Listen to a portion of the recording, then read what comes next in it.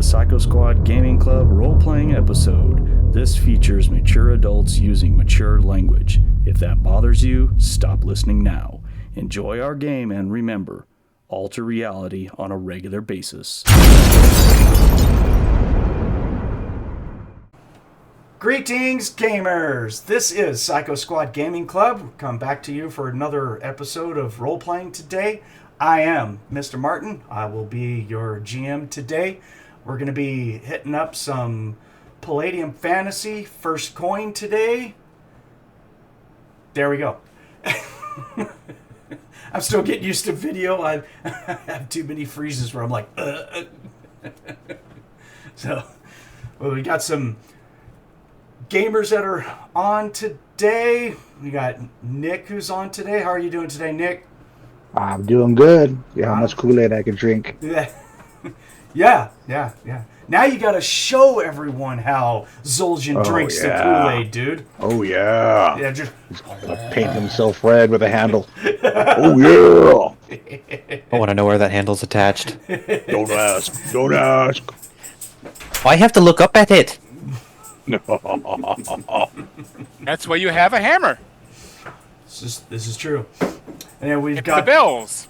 Yep. And then we have Catman who's joined us. How are you today, Catman? Not doing too bad at all. It was a rough night, but here I is. Yay, hooray.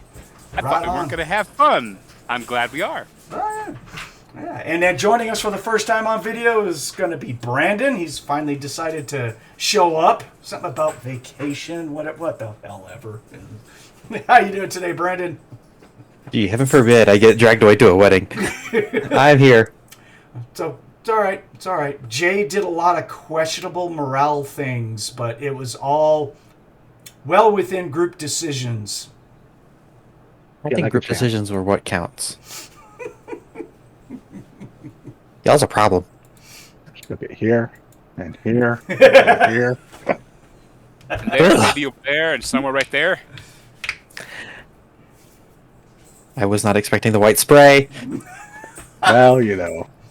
Goddamn. It wasn't LeeLuu. When you have a bunch of soldiers who are bored. They did come up with the CS did come up with a new nickname, Party J Time. That's all I'm going to say. Sorry. Rub with a PJ tonight. Pajamas? No. Party J. So, That's not right. no. That's not right. Can we rent her out tonight? Oh. Yo, pay this. There's going to be a lot of guys who have dicks bit off. Nothing that we do around here is right. In this The number one customer is the dog pen. You know, all those boys over there. Yeah. All right. Well, but today we're going to abuse at least my little priest buddy. As we're going to be playing our first coin group, guys. So. Wait, careful, you'll get a hammer with the sun don't shine. There. Ooh. Sideways, right? Yeah. It's Zoljin. It'll still fit. It's not that big of a hammer. Anyone know a cleaning magic spell? It's just me and my magic hammer. Magic hammer.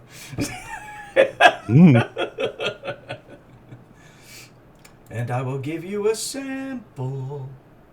Looney Tunes. Okay. Everything I know about classical music I learned from Bugs Bunny. Yeah.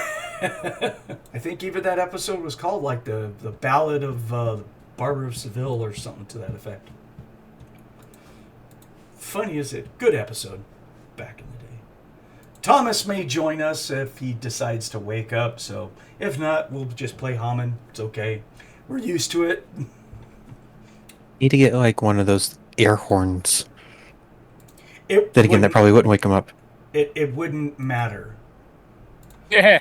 We were out watching UFC 317 last night, and we didn't get home till very late. And he being Thomas, was very drunk from trying to challenge my brother Marine to who could drink the most Crown. It neither one of them won. So I might keep that in the video. Jug-a-lug, jug-a-lug. So, right on. Let's check out where we were last time that we played. We met a wizard guy. He's a professor at the Citadel, Takin.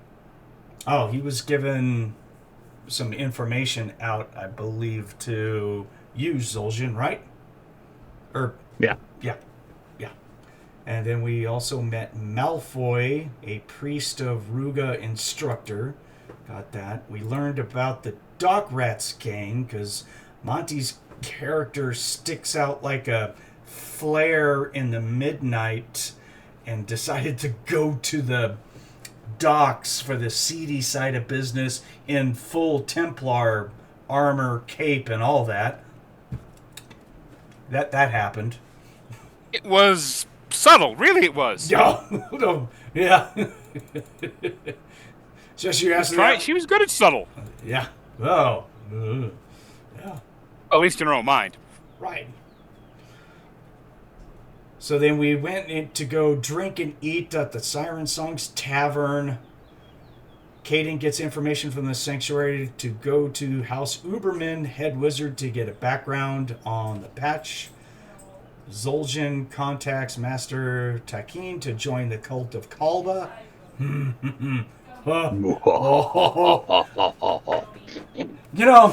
Alright. There is, putting your feet in like a wading pool to test the waters and everything. Fuck that. Zoljin just jumped right into the middle of the ocean, sunk to the bottom, and just started drinking it all in. With a smile on his face. He exhaled and then breathed in. There's no air in those lungs. It's now Kool-Aid. When an insane god looks at you and says, "You want to join my cult?" and you go, "Bring it."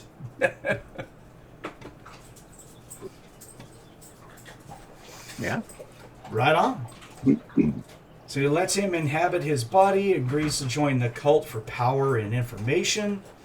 House Wizard Acroyer appoints Kayden to get 3 mercenaries, travel to the most northern docks, and he's looking to talk to the second mate of a pirate ship. Oh, wait, supply vessel. His name is Maxis, for a location on the vampire issue, shall we say. So then we went and recruited 3 more people, which were secondary characters for all 3 of you. Ching-Ching, we've found out, is related to LeeLuu, brother and sister, basically. Yep. And we picked up Ardent, who is a sketchy OCC we're not releasing.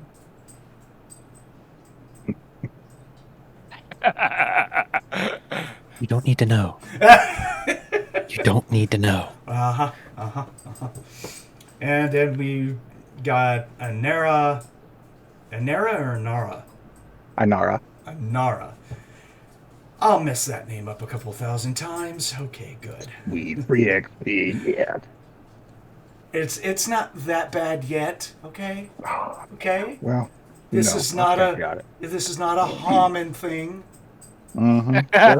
Just because I finally Well, learned. Now that I've finally learned how to say his damn name, sometimes. Yeah, it's like, why is this character level 20? This is bullshit. I know. That wouldn't happen. Of course not. It's because the GM's fluent in gibberish. It's the GM's favoritism towards the relationship of characters. Damn it. Yeah, that's bullshit.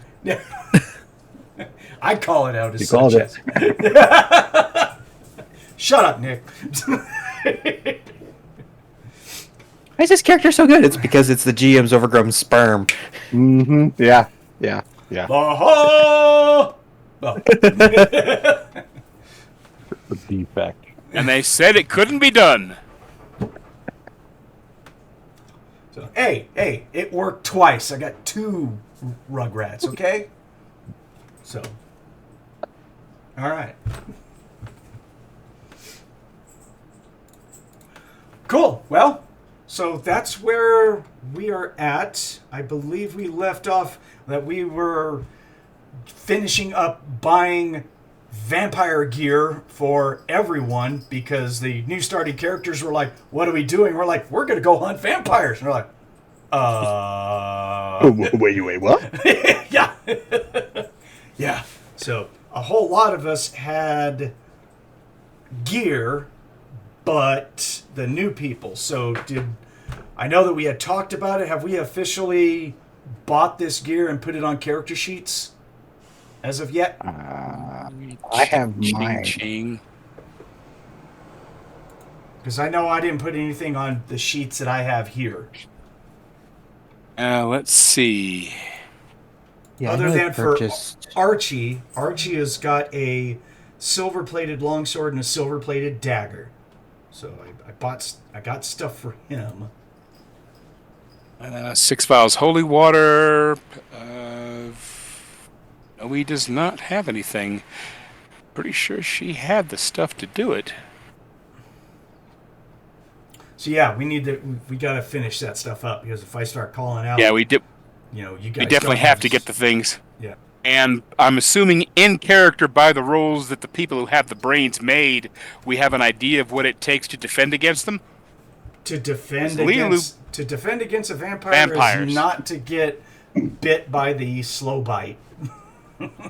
And or don't get torn in half by their supernatural strength. That's another thing. Well, that's a definite avoid at all costs. Yes. The other defense So is basically- like, the usual stuff, sunlight and all that. So, and I don't think anybody has a portable sunlight generator handy. we have a wizard. I think he's got globe of daylight. Yeah, but I don't remember if that works as well. It holds them at bay to a radius. Okay. It doesn't kill them. No. Killing So a it's not a one slow character- cooker, it's just a... Yeah. It's a social distancing bubble. And if any of you guys want to know about vampires, the official Palladium fantasy source is in Book 8, The Western Empire. So you guys can look on there. It's page 213, 214, something like that. 214 is where wild vampires start. Oh no, 214 is powers. I'm sorry. 204, 203. This is battling vampires. Yeah, wild vampires is on page 210. Yeah. But there's a lot of information in there, and we can. 206 is, I guess, where that starts the Palladium Fantasy Vampires section. So there you go. So other than that, yeah. So I got a silver-plated longsword for Hamon. His longbow itself is magical, so that's his main. So that's all he got. He's got a silver-plated longsword. I guess I should get him a silver-plated dagger as well.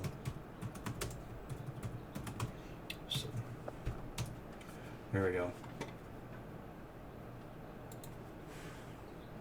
And I think Thar said that he would buy Anara a silver-plated scimitar. Is that correct? Yeah, I have them both. Oh, okay. How much was that scimitar so I know what I need to take off of Thar? Oh, shit.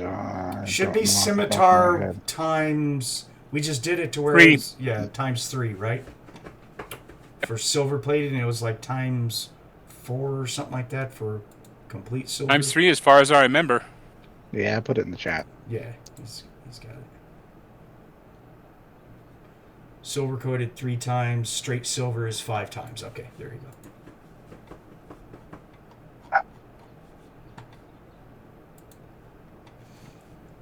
Yeah, Brandon, I think you were talking about looking at getting stuff for Ardent, right? Some ammo that was silver plated, or Yeah, we still need to do that, but I did get 4 silver-coated daggers. Okay. 210 for 2 scimitars, silver plated. Okay. And I've already taken the money off of Kayden on the daggers, but I need to get the ammo. Yeah, it's just going to be whatever the price for a set of quarrels is times 3 for silver plated. You know, the usual. Like I said, what we've been playing, right? Okay, would that be in the main book? It's probably going to be underneath the weapons and equipment section. And it's going to be listed separately underneath the crossbow. You're looking for crossbow bolts, right? Correct. 15 gold base per dozen. 15 per dozen times 3. Okay. 45 dozen for the silver coated. Yep, I just need to see how many I'm buying. There you go. Oh, if you need a little coin, LeeLuu's got some if you need it. Well, Kayden's actually pretty good now that I found the correct character sheet. So Ardent's going to have crossbow bolts that are silver plated, and he has a dagger. Yeah, Kayden gave him 2 daggers, and then he offered 1 to each of the other new characters. They happily accepted.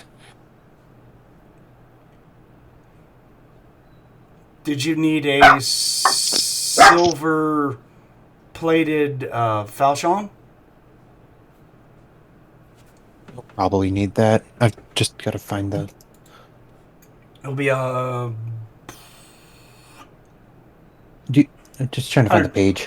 150 gold. Page 2. For the falchion? Yeah, 269 in the main book. Thank you. Yeah. If you don't have it, ask one of us. Well, I'm pretty sure someone will do it. Thar definitely will. He can help out. So many things open right now. I'm trying to find my character sheets. Organization. Okay. I need more screens. Ironwood stakes, the dagger. Let's see. Problem is, I don't think we can get a hold of something like a custom-made item. I don't think in Palladium there exists the equivalent of brass knuckles, is there?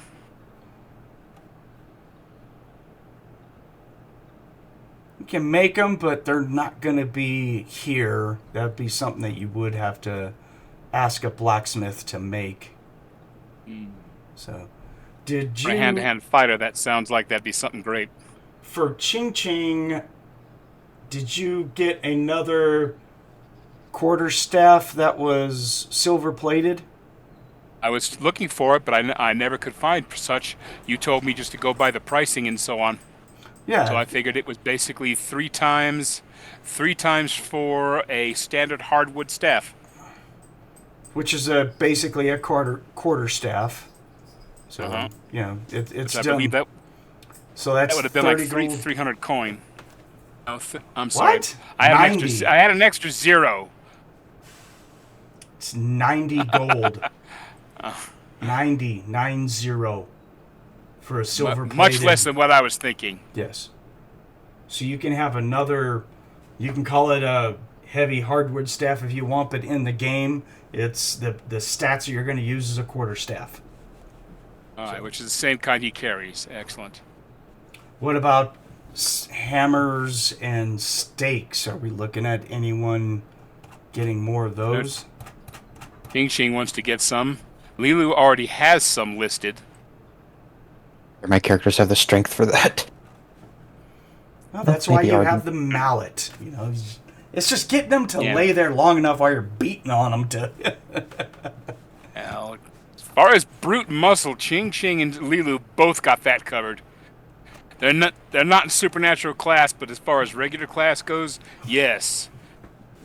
So it sounds like everyone gets their equipment all set up, right? We're all pretty good. You guys can, if you need prices and stuff, we can work while I'm moving the story on, okay? And so from here, sounds like we just need to head out to that very northern dock of the city. Well, it's like way outside the city, but we got to head up there to meet with this captain, right? Or the ship, I should say. We're not supposed to talk to the captain, apparently. She has magic items that'll make us talk when we don't want to. I think that was given out last time, right? Yes. Yeah. Yep. Did we have a... I don't see a time that we're supposed to go up there. It was just a day, correct? I thought it was like in the morning at 2 a.m. Oh, okay. I don't think it was 2 a.m. I think it was just morning, like dawn kind of thing. Yeah. Real early. So I'll probably take it that it's the next morning then from picking up the characters? Yes. Okay. That sounds right. Good deal.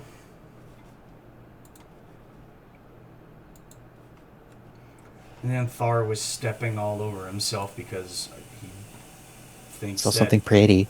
Anara's really pretty. He's like,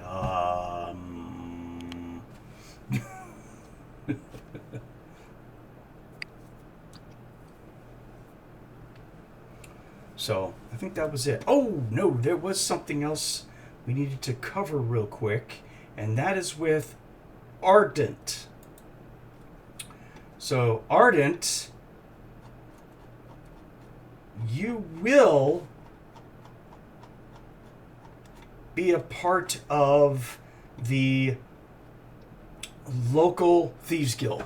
You have to operate within this city, and you're from here, right?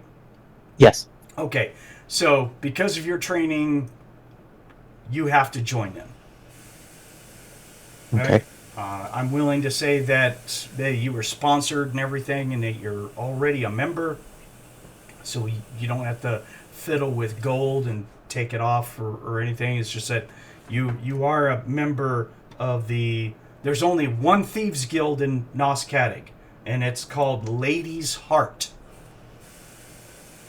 Or, I'm sorry, the other way around. It is Lady Hearts.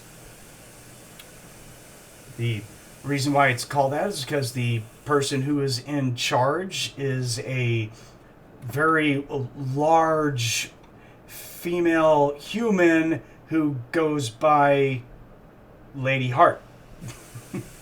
And she runs the guild. Got huge tracts of land. Yeah. She's probably the same size as back in the day of D&D with us when we were playing. It was an NPC that we ran into called the Weeper, but she's not as cursed.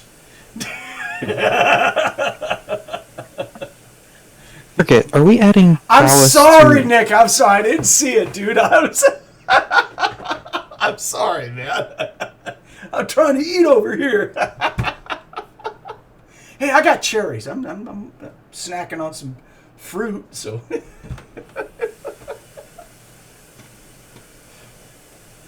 Hey, your character jumped out of the pool. You got cock-blocked by Greg, so... Never been... The days when that was a, wow, really? Yes, really, really. Yeah. We're all just like, you go, buddy. Have fun, enjoy. So anyways, this is a very large female, well beyond middle-aged, and she runs that guild. You know that the guild is located in the underside area of the outer dock walls for the shipping lanes. It's got these great big walls that goes around it with a pair of gates, and it seems that she has set up an area underneath them. Kind of like Riften kind of thing. It's Riften all over again, right? Always Riften. So yeah, this is background information that you're going to need for him, because they're They're the people. So they do expect that from any contracts that you get, that a certain percentage of your contract goes to them, right? So, Okay. yeah. So you're going to have to save some coin to give to the guild. Because even though you signed up to the Mercenary Guild, it was the Thieves Guild that set you up to go to the Mercenary Guild. So, but you I can guess also... I'm going to go ahead and dock some of the money that I've got just for that. Up to you. I mean, you have to go report to them that you've got a contract anyway, so at some point, probably, I would assume when we're sleeping, you probably sneak out and go to the guild and go, I'm reporting I got a job. Yeah. Yeah, so, and you learn everyone's, this is after you've met everyone and learned everyone's names and you're kind of doing your guild thing, right? I would. It's a whole lot of assumption on my part, yes, but I mean, it's pretty much what's going on. Yeah, I went ahead and knocked off 30 gold for now. That's good, yeah.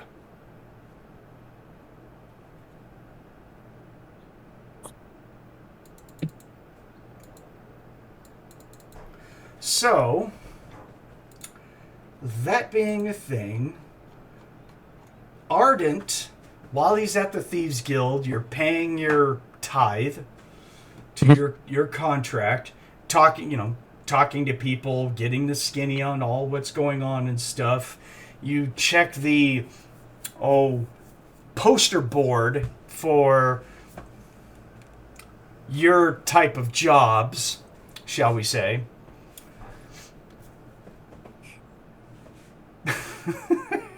I'm just trying to picture the whole wanted, let's see, throat cutter, pickpocket, let's sneak thief, let's see, what is this, heart stealer? Is that a real one or a romantic one? Well, there's going to be 2 bulletin boards. There's going to be a bulletin board for thieving activities and stuff like that. Then there's going to be another smaller one off on the side that is made for killing, assassinating, and, well, pretty much those 2 things. So, Yeah. so Need gold. Need gold. Got blade. Got somebody to kill. Sign here.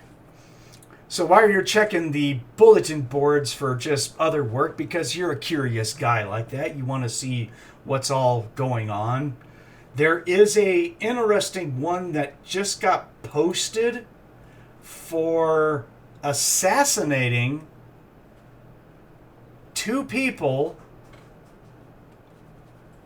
at the same house that you're contracted through right now. The group that you're working for. Oh? Yeah. Yeah. You're working for people who are part of House Uberman, so it catches your eye that there's a assassination note for 2 people in House Uberman.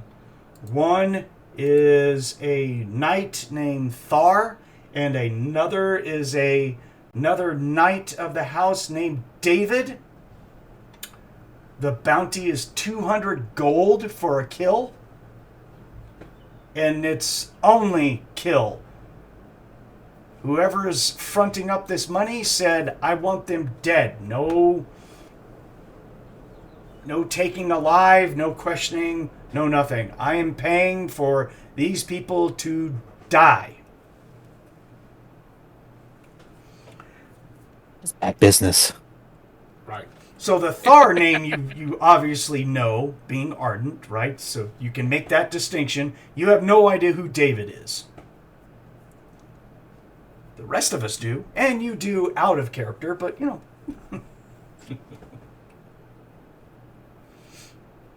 Which one was David again, from my memory? That was the knight who was kidnapped that we rescued. Originally. Huh.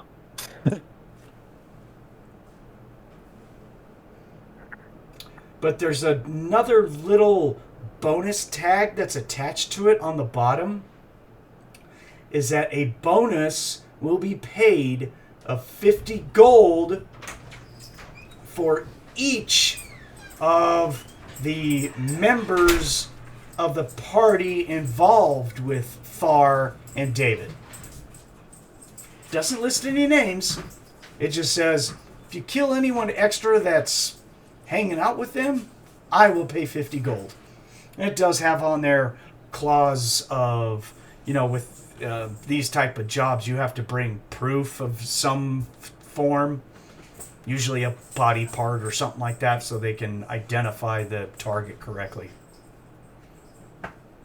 The usual. Means there's a bounty on my head now. What the fuck? Out of character, I think they probably mean only the party that rescued David. Oh yeah, but now I'm in association. It's part of you having to get close to do the dirty kind of thing. I could play it off. They don't expect that, and they figure, well, let's see, you missed one, then they kill you. Well, that was kind of just, well, that sucks. What is the protocol for this guild hall? Is it take the banner with you? Yes. Or is it leave it there? No, it's take it with you. And that means it's been claimed by someone. Now, they may set out a limited amount of banners, but they only set them out one at a time. Okay, well, I'm going to take one with me. Okay, we're going to take the one with you. There's only one hanging. Yeah, I'm going to take the one that's hanging. Okay.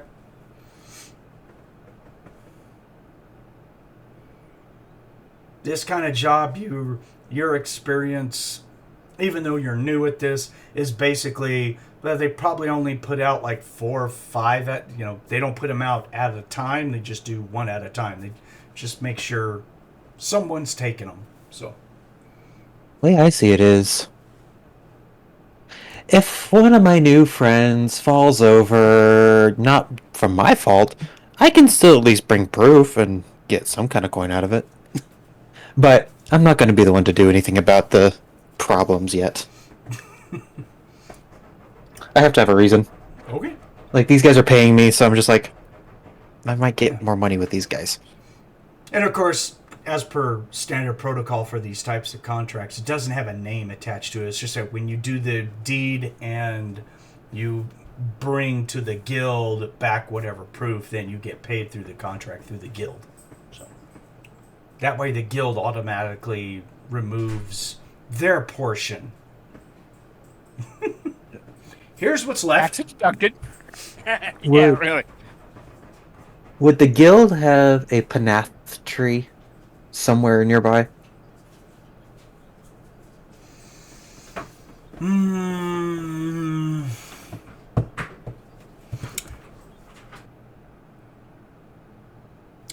They will not. The guild is not associated with his religion. Because this is... Okay. The reason why I say that is because it is set up through Lady Hart, and she is not a member of that religion. This is her own thing, so no. Okay. So she's not doing it through the like guild for the Church of Panath or anything. They might find that very interesting, but it's like, hey, you know how guilds are. They get kind of pissy at each other, so. Yeah, and just... Ardent's going to be keeping an eye out for those trees if he can find any. Yeah, because there is, within the Sanctuary of Ruga, there is a small worship area for Panath, but it's just that. It's just a worship area. They don't have a tree there at the sanctuary.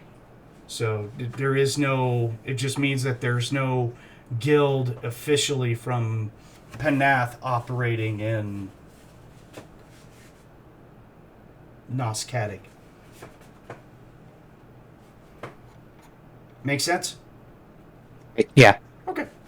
But if Panath ever takes notice of this and says, I want my guild to be set up in Nos Cadeg, and someone might say, there's a thieves guild that's got an assassin place in it, he'll be like, really? Yeah.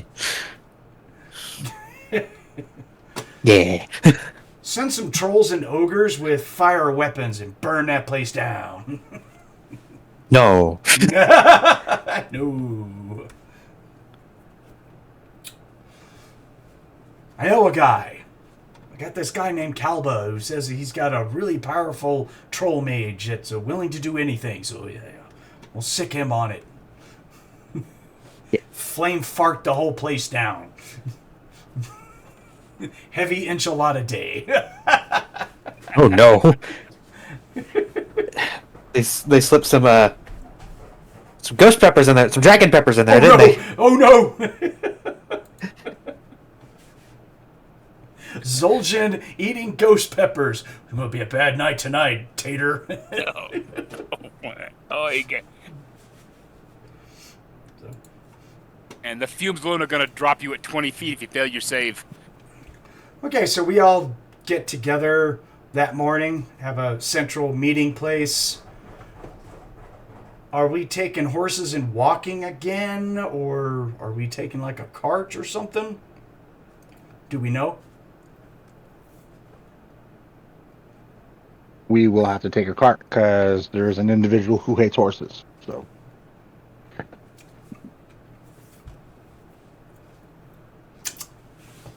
Okay. We can get a cart from the stables. It's not going to be a cart big enough or structured enough for Zoljin. well, yeah.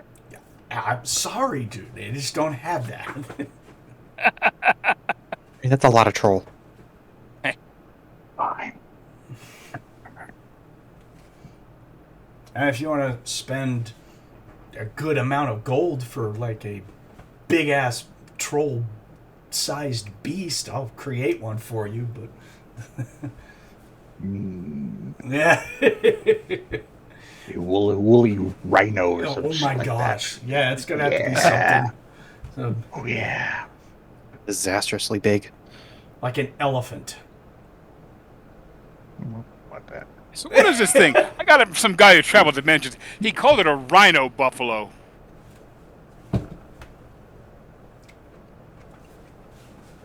Hey, at least we're in the right game for it. Yeah, true. You can go to the conversion book. It's got SDC conversions for the Rhino Buffalo in it. We can make that happen. Did he beetle anyone? Oh, It's yeah, gonna I be- mean, if they have one. Oh, no, they don't have one here. You crazy? Getting all my hopes up for. I was just saying it existed. I didn't say it was all like, Bob's house of fucked up animals right over there. We got this. Yeah. Yeah, I wanna- one with the really high walls. I'm gonna go kidnap one from the exotic zoo. Wait, there's a zoo here? Now, depending upon how big it is and how much it weighs, you might be able to lift it and heave it over the wall. Catch, guys! What?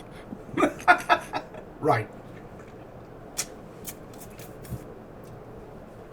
Okay, so we all get together that morning. We have a horse and cart. Thar will be on his own horse. LeeLuu, are you on foot or are you going on the cart? Or are you driving the cart? I'm checking to see if she's got the skills. I don't see the skills that she has for horsemanship, but Ching-Ching have horsemanship? Like swimming, we don't ever pick that shit up. No, I wasn't sure for a second. I know I've got at least one other character that has it. It's like, I think they can learn it, but neither one of mine have horsemanship.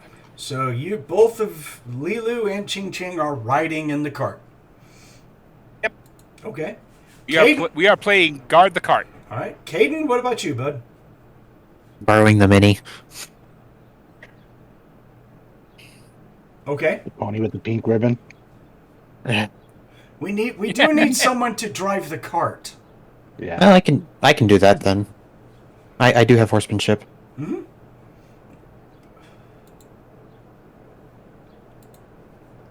And what about Ardent? He's riding. In the cart? Yes. Okay. Zoljin, you are walking. Bottom. Whatever. What? Yeah, but you need to get out and walk anyways, because you're always stuck in the Citadel transcribing and stuff. That gets old. Oh, yes, because I want to walk miles. That's fun.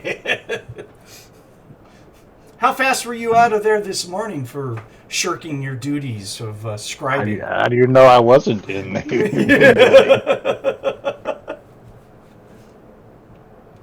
I went back to my apartment, woke up, and walked the fuck out of there. That's what I did. Someone's all like, "Sir, aren't you supposed to be in room up? Bye." Gotta You go. later. Gotta go. Bye. Power calls.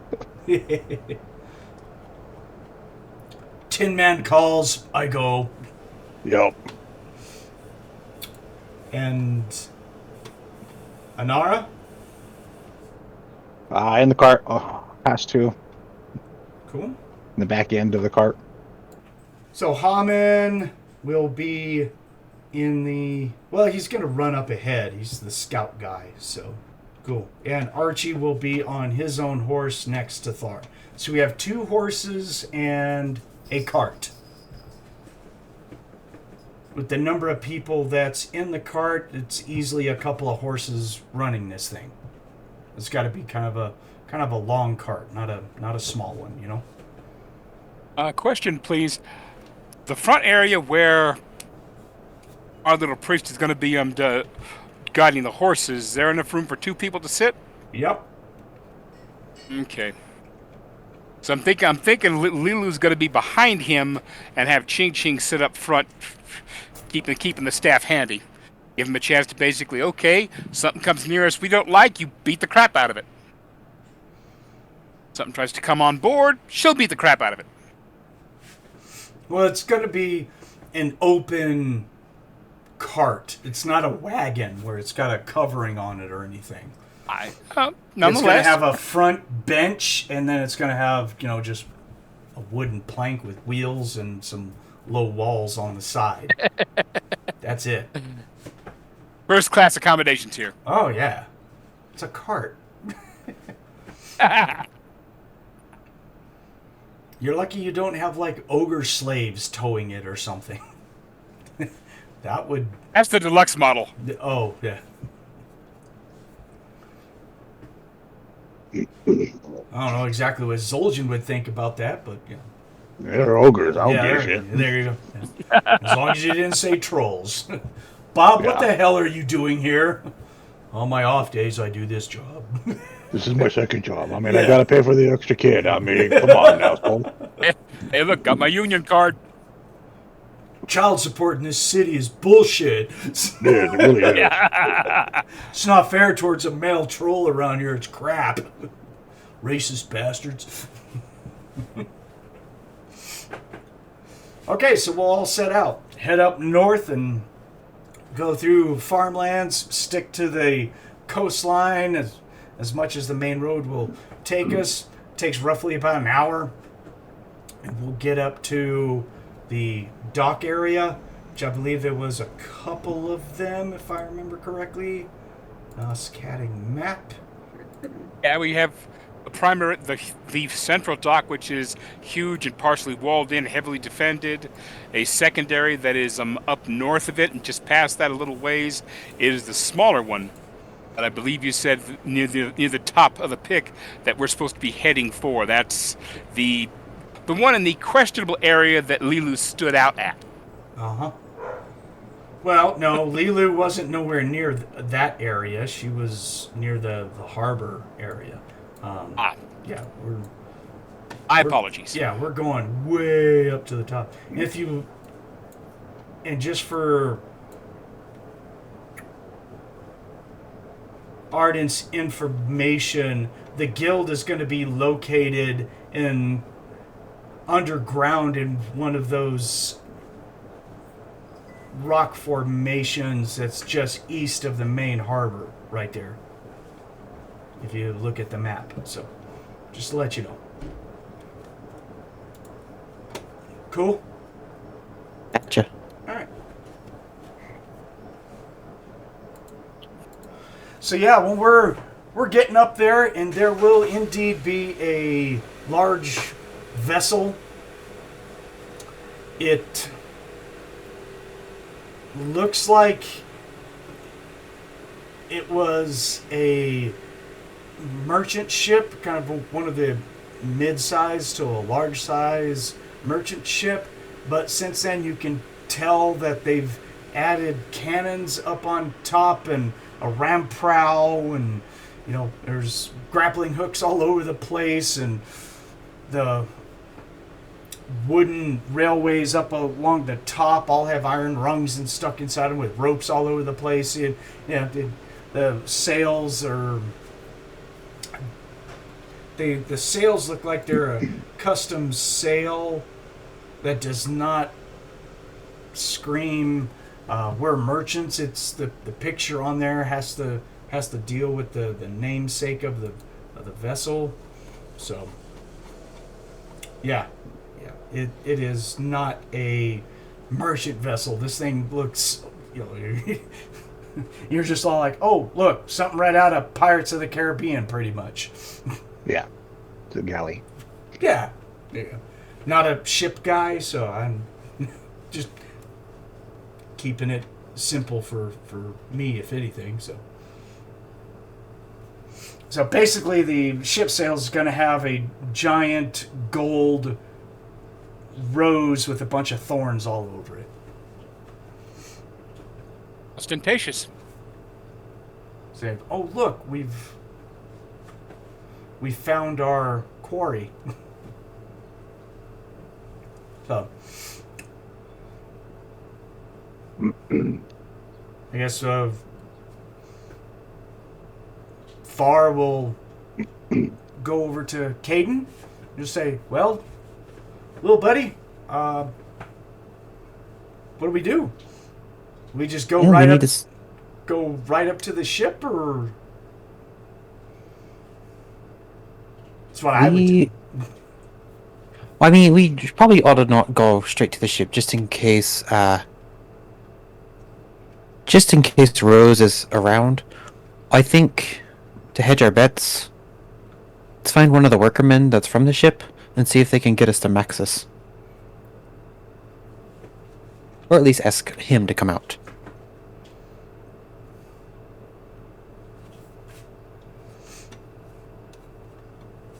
I specifically say one of the workermen, just in case Rose decides that she wanted to not be ostentatious as her vessel.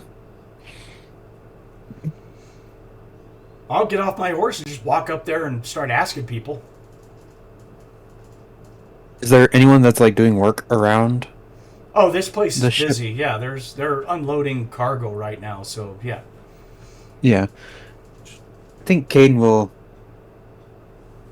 Let's go ask one of the people unloading cargo.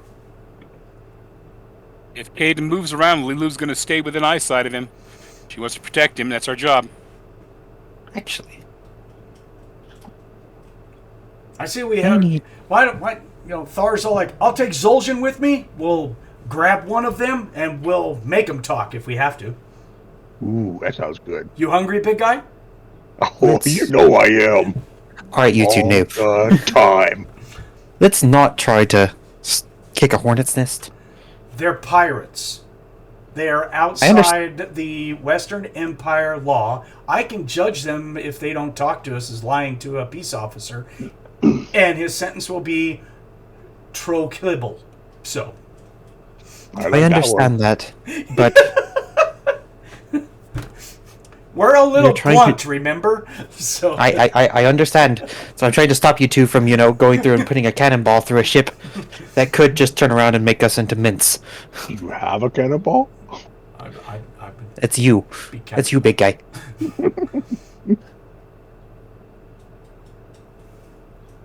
Why don't we send... Hey, Ardent.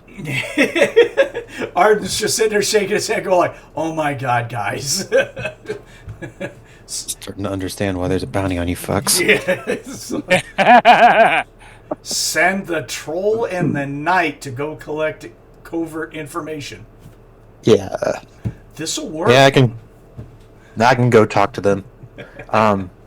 May need some motivation coin for them though.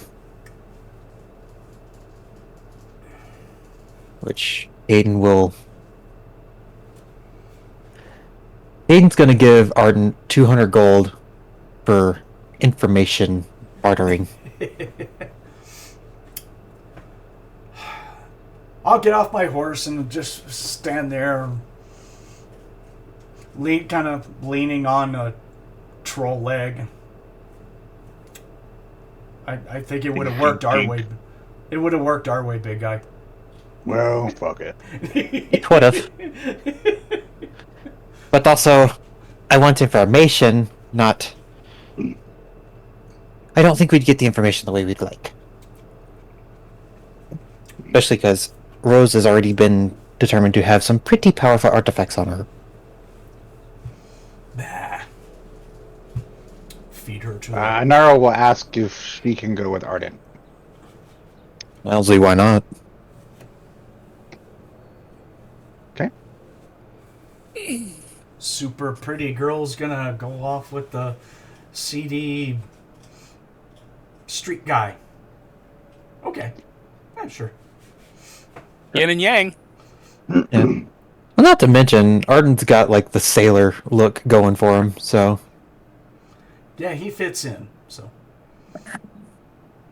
all of a sudden, you know, I see Ardent's blouse loosening up a little bit, maybe. Little persuasion going on there. Huh? I don't know if Ardent does that, but okay. I don't know if he does that. If I said Ardent, I meant Anara, but anyways. Oh, yeah, no. No? Okay. Okay, fine. Yeah, she's not that way. All right, cool, got it. Well, we learned something today. I mean, she's just, you know, to fit her figure, but I'm not going to go. All right, now we're going to get some. Well, I mean, Yeah. It was just a suggestion. I mean, it wasn't a... Sure, yeah. Thar would love that. I'm going now, guys. I hate to tell you this.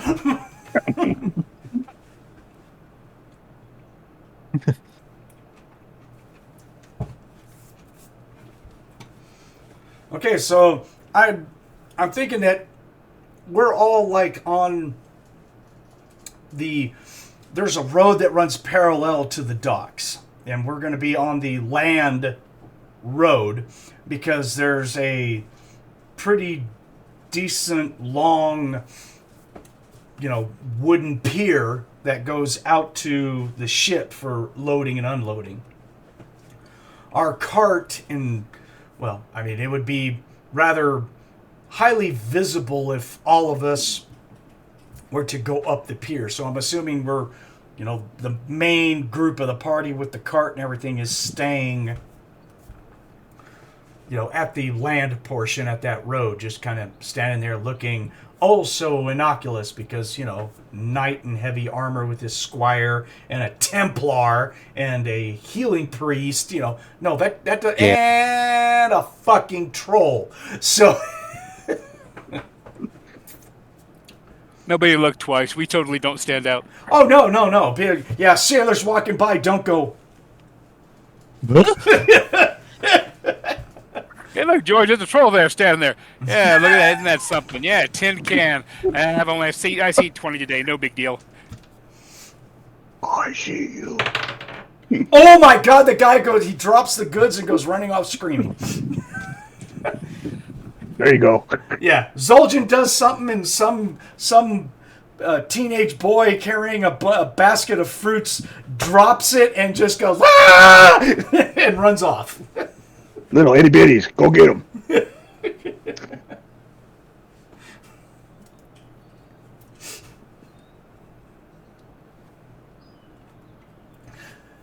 Archie will just...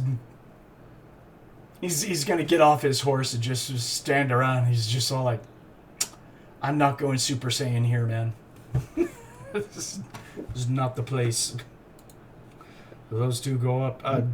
So Thar's just going to be standing there. LeeLuu, are you going to stay on the cart? Or are you getting off the cart to do your guarding? He's getting thing? off the cart. Okay. Getting off the cart. And you're wearing your full splint mail with your cape, proudly. Yeah. She all but sleeps in it. That's what she was told to do. Yeah. Keep it with her, keep it safe at all times, and take care of it. All right. Thar's in his full. What did he get? He just got. Oh, he's got full plate and chain, and he's got his shield. So he's also just standing there. His shield's standing, leaning up against the cart. He's just got his big old arms folded. And he's just kind of looking around like Brock Lesnar watching an MMA fight. Yeah. He'll nod at LeeLuu, going like, "You look good. That suits you." My little buddy Smiles, wags her tail, and it's like, I'm happy for it. My little buddy did you right. He did you right. You're okay. Good job, little buddy. Kayden, he's gonna stay on the wagon, right? Correct.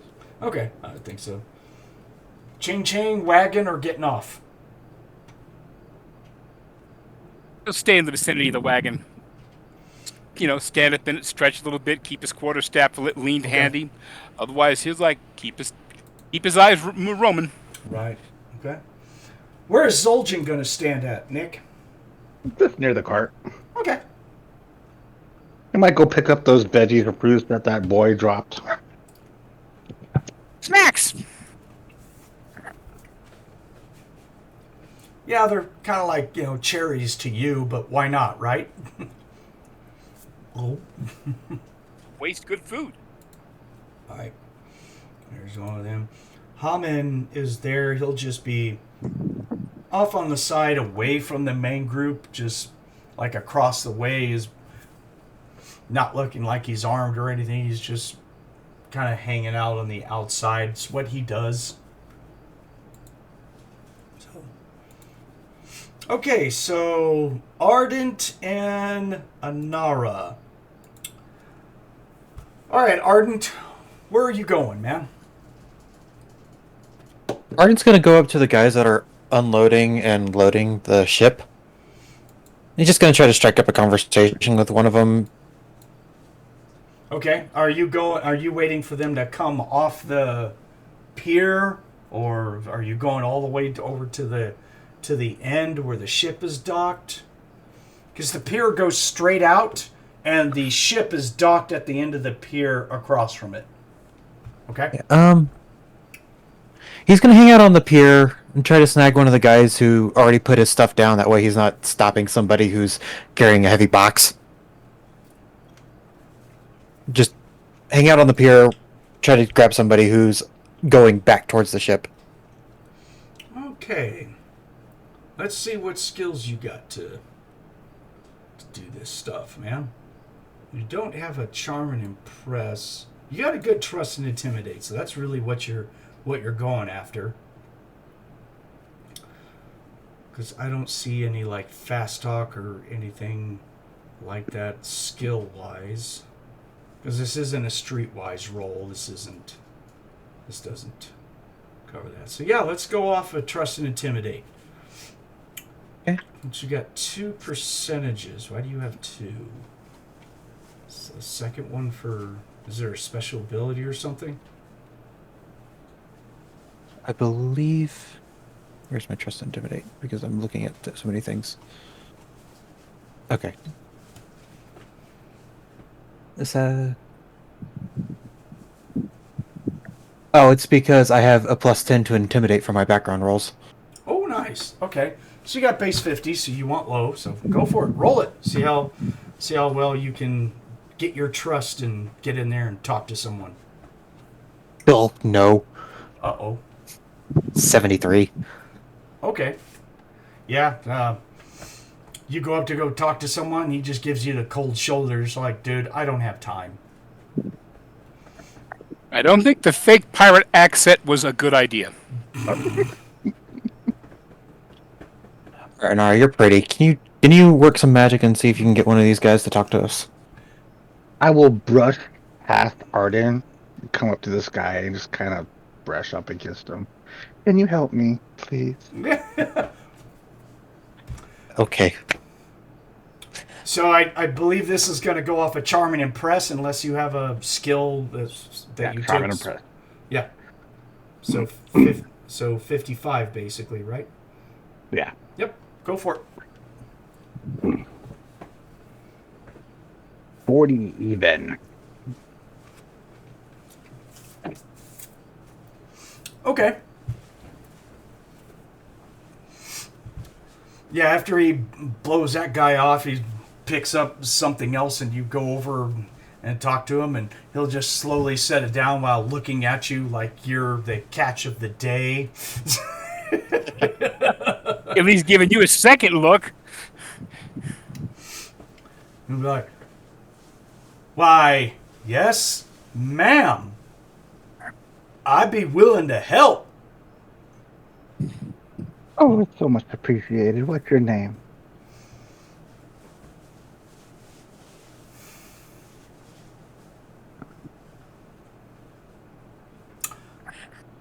As the NPC starts looking on his clothes, where is that damn name tag at? They call me Goff. Goff. Oh, such a masculine name.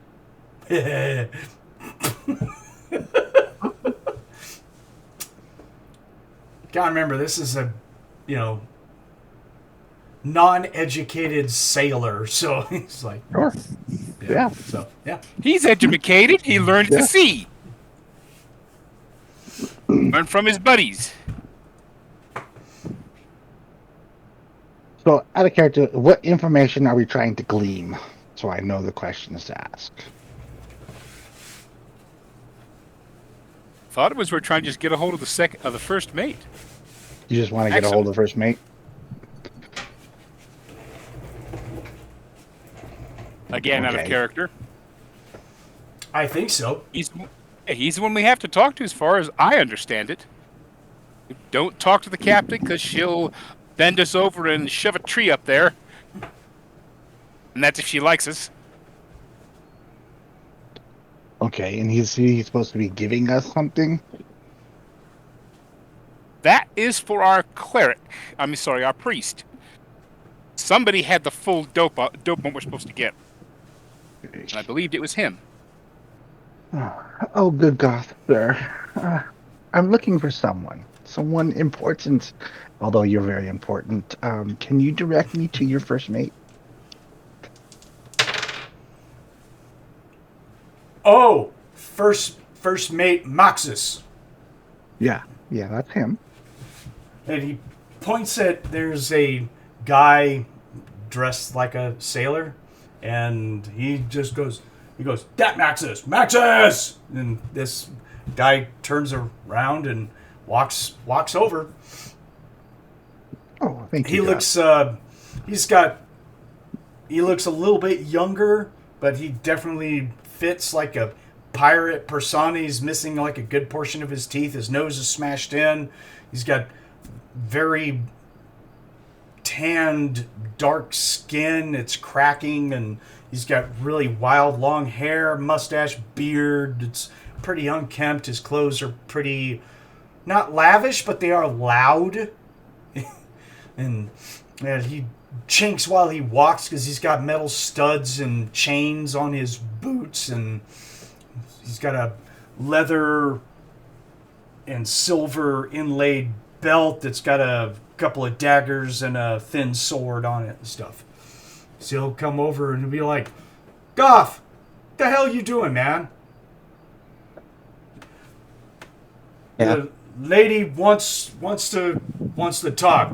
He's like, "Your job is to load, unload, not to talk to pretty things. Get going." So Yeah, Ardent will like make his way up there.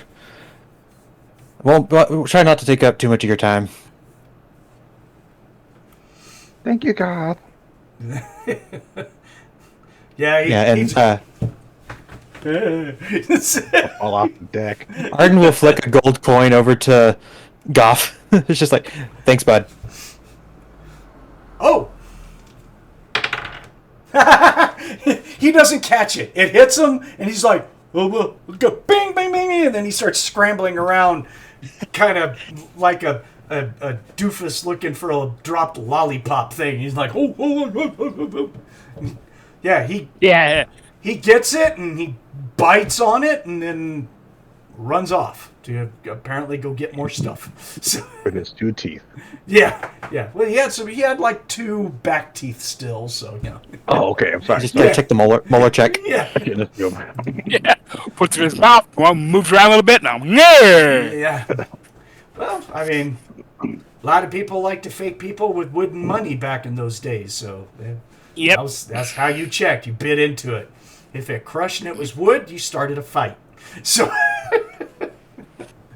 If it was a soft resistance, it's like, oh, looky. Silver. Teeth marks. yeah, Good. yeah, that turns into something else now. But no.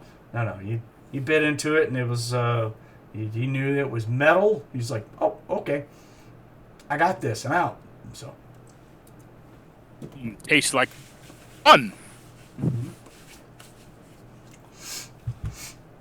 So this guy introduces himself, says, I'm Maxis, first mate of Rose Gold. What can I help a fine lass like you? Oh, so pretty compliments. My name is Anara. Pleasure to meet you. I have a benefactor that is looking for some information that I think you have. And I was wondering if you would strike up a conversation with me. Were you sent by the guild? Yeah. So you're my contact. You're asking about ugly things that don't die. Or wink at him. Indeed we are, sir.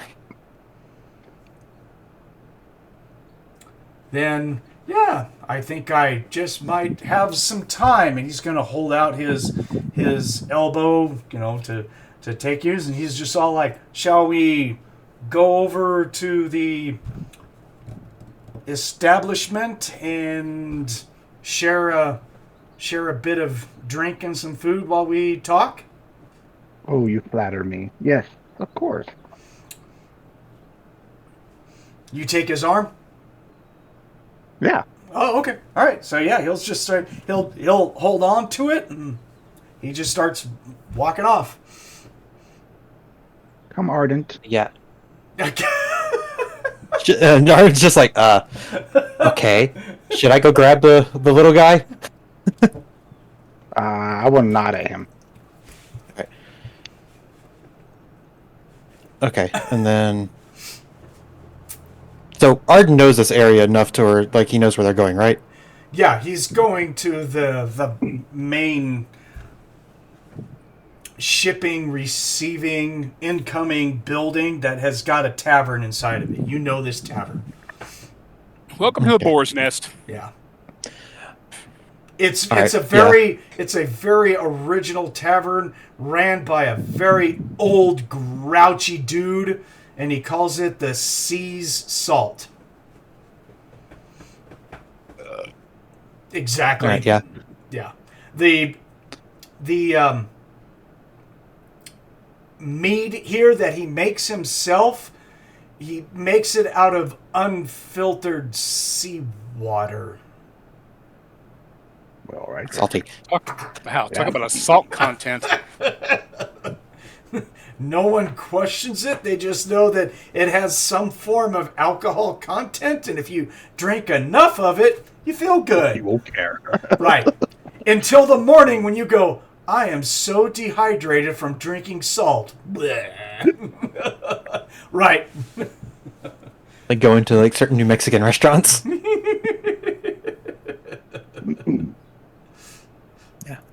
Yeah, so Arden will make his way over to the group and get a hold of Kayden. Just go, like, well, we got his attention. Anara's... I hadn't even brought out the coin yet, and Anara's already got his mind. but need to have at least Kayden. Just because the little guy has more information than I do.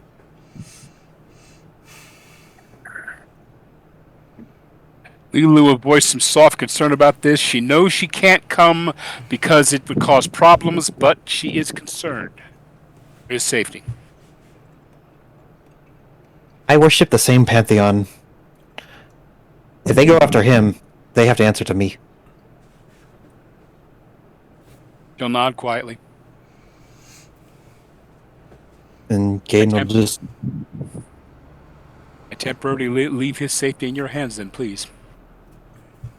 You need us, you just call out. Will do. We're going to be over at the tavern, across the way from the piers. So, they'll know where we are. If you hear a ruckus go out, I'm sure you'll hear some screaming of Urga. Good. All she wants to know, her and Ching-Ching will take turns keeping their eyes in that vicinity, while still looking around. This is a place where at least she is probably, can I kill that now because I don't like it? Sort of thing. Everything can die in due time. No, I think she's expecting the attitude that to come toward her. She figured out when she went looking for information and screwed up real bad, and, well, they just don't like me. So, Kayden, you're gonna go in there. Is that what I'm hearing? Looks like I have to. Can y'all keep the cart steady? Sure.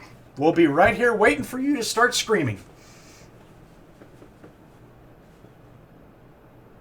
No, that's what you heard, to the man. I heard that we were getting a drink. That's what I heard. If y'all go in for a drink, maybe wait a little while, that way you aren't totally conspicuous. Little buddy, I can guarantee you that your backup will not be far behind. I'm counting on that.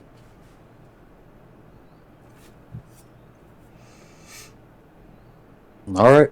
Well, then let's make our way over to the tavern and see if we can get Maxis to talk. During all this, while we were talking about going over there, it's not hard to see Hamon, who's, like a good 40 feet away from us with his back up against the wall, just doing his long Bowman thing, hears all this, and he just goes, and he just walks right down the way and goes into the tavern. I mean, he's got the right idea. Yeah, he's just all like, fuck y'all, I'll be over here. Oh, I'm sorry. Thomas yelled at me because he was listening to the last time we were playing, so I got him. He wants me to play Hamon correctly. Fuck y'all, I'll be right in there. So. That's good. He's like, I don't mind you playing Hamon, but you're not talking in his voice. It's like... He's one of them deep wood elf twig speaking. Oh, him there, one of them deep woods, yes sir, yes sir. Yeah. Well, then there's play your character then. He is a southern elf. Yeah. Proper. His nickname is Bo Duke. Wears a red hat that on bright white lettering says "Make Western Empire Great Again." Oh my god. He still holds a candle for his first horse, the General Lee. Oh, I wouldn't doubt it. So, anyways, that's Hamon. Hamon's going in there. He's just like, I know where I'll be. So, Kayden and Ardent, is that who's it's going? Yeah. Okay, so the two of you guys go down there, and you're going inside of the tavern. So back at the main group, when Kayden and Ardent go into the building, Thar's standing there, and he takes his helmet off and puts it on the wagon. He's got his shield right there. And he says, points at Archie, stay here and watch the wagon. Ching-Ching, back him up. Stay here unless you hear a big ruckus. LeeLuu, do the same thing. Do your church thing, your Templar. Just wait here, okay? They nod, understanding quietly. It's like we are effective. We are the force that comes in when all shit breaks loose. Got it. Right. Hey, big guy. Drinks on me. Let's go. If you think I'm letting him do this by himself, you are sorely mistaken. Let's go represent the Western Empire proper and scare the shit out of some pirates. Well, Out of character, does the troll have some gold on him? the troll have gold on him? Yeah. Yeah.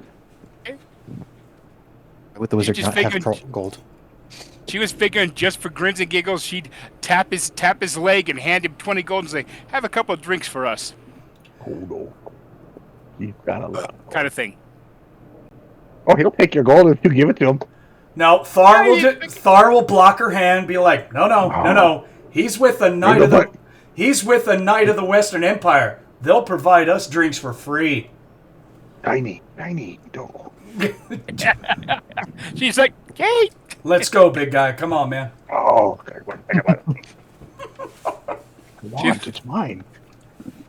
She leans over to Archie. "I got 10 gold, says he can drink anybody in that place under the table."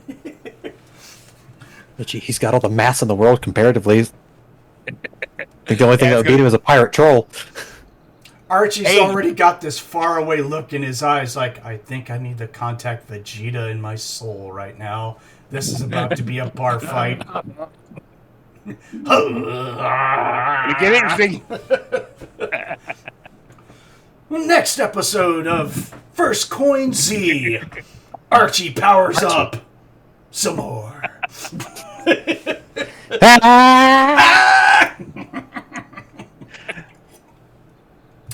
Archie's gonna look like that right there on my door, the wall scroll. Oh, yeah, there you go. Or maybe like that. He'll be powered up and he'll be ready to cast. Like that one. There you go. Sure. Oh.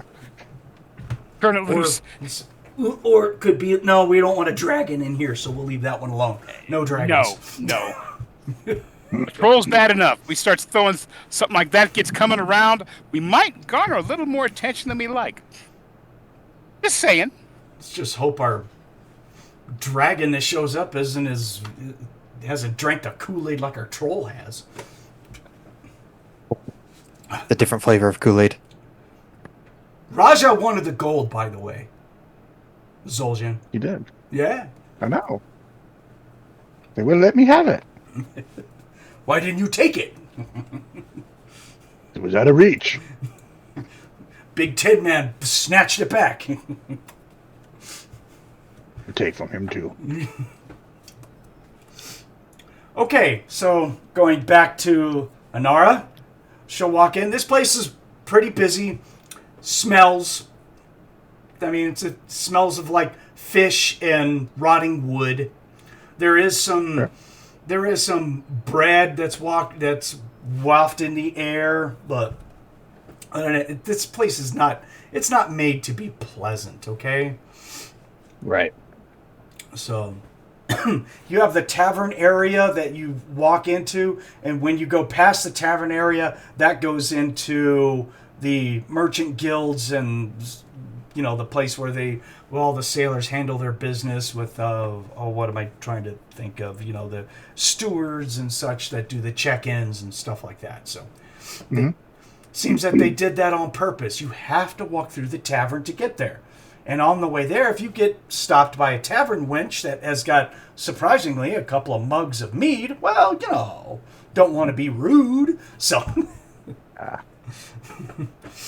so he'll come walking in, and there'll be a young, thin, human female. Looks way too young to be serving alcohol and to be here. But, you know, obviously she's working. So she comes up and she goes, "Hey, Maxis, how are you doing? It's nice to see you guys back in town." And he says, "Yep, not a problem, Sheila. Can I go upstairs to my normal room?" And she was all like, "Oh yeah, go for it. It's all yours." So he pats Nara's arm and says, I'm kind of a well-known thing around here.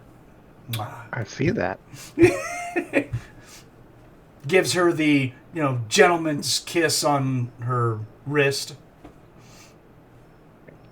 Inwardly, she's vomiting in her mouth, but That was like being kissed by sandpaper. Ew. Oh my gosh. I'm gonna put a suckerfish on my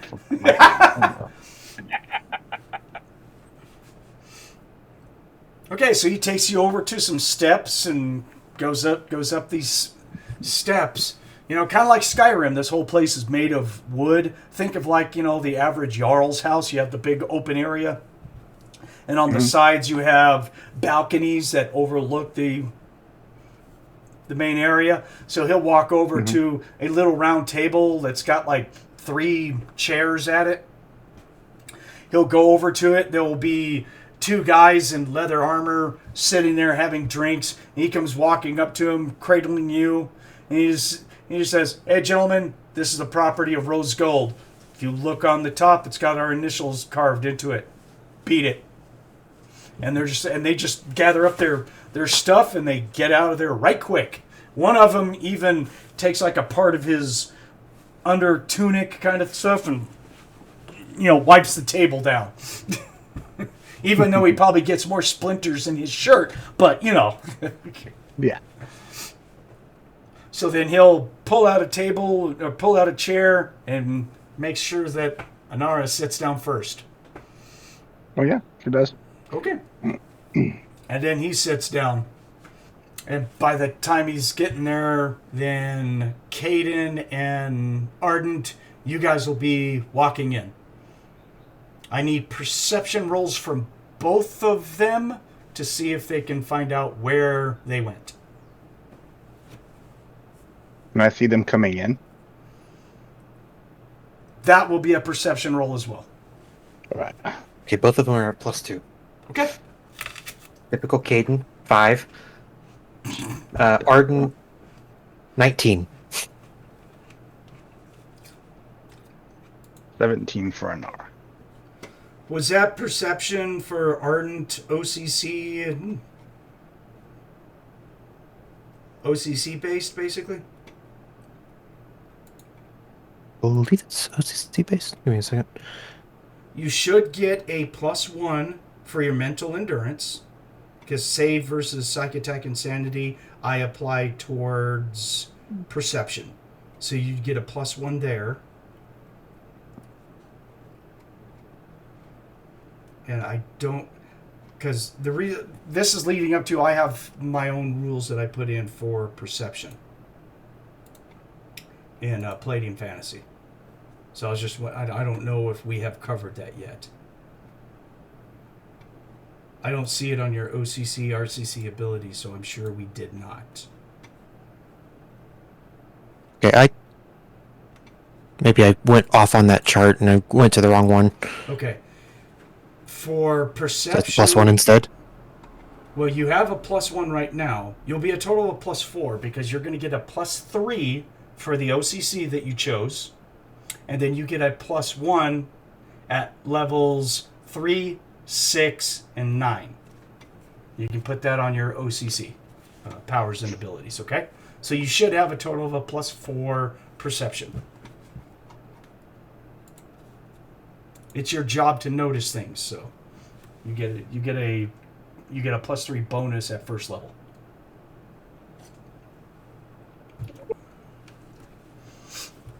I said that's not in the books. That's my own addendum to perception. What's the level break again for the perception? 3, 6, 9. Thank you. You get a +1 at those levels. Okay, well, a +4 makes it a 21 for Ardent. Yeah, cool. So, yeah, and I'm sorry for Anara, what'd you get? 17. Okay, so she will be able to see the two of them walk in at the same time. Ardent, just because you know this area, when you walked in, you immediately looked up because this guy looks like one of them fancy pirate guys. He thinks he's all that, so you know exactly where they sit all the time. Meanwhile, Kayden's a short fuck who doesn't know where Yeah. she is at. Kayden's just kind of walking around going, I could be a food item here. Holy crap, there's no one of my size in here at all. Uh-oh. Yeah, Ardent will tap him on the head like they're upstairs, and then he's going to pick up one of the small race chairs and carry it upstairs.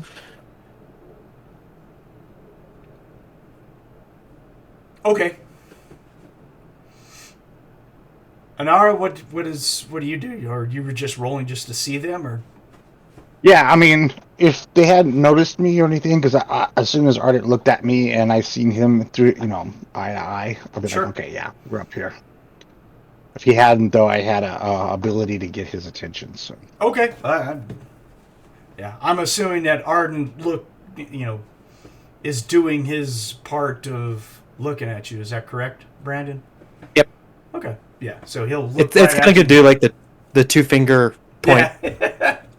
Gotcha, girl. You're locked in. Gotcha. Here, little guy, come here. Ah! Yeah.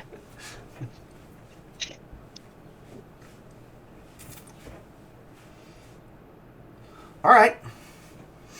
So, Anara, you're standing there. That same girl that you guys met, the tavern chick, comes over, and she's like, "What would you like?" And he's all like, "I would like the baked fish cakes, fresh bread with olives, and I will take that wonderful house red that he got just the other day.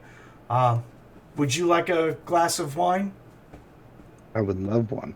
Make that 2 of that really nice red that I know that he got. And she was all like, "Okay, I'll ask him. All right." So then, And if Arden's there at the time, he's just like, and I'll foot the bill. that's going to be before you arrive there. Damn it. Sorry. Yeah, because it's going to take you a little bit of time to get through traffic to get upstairs, to walk up there.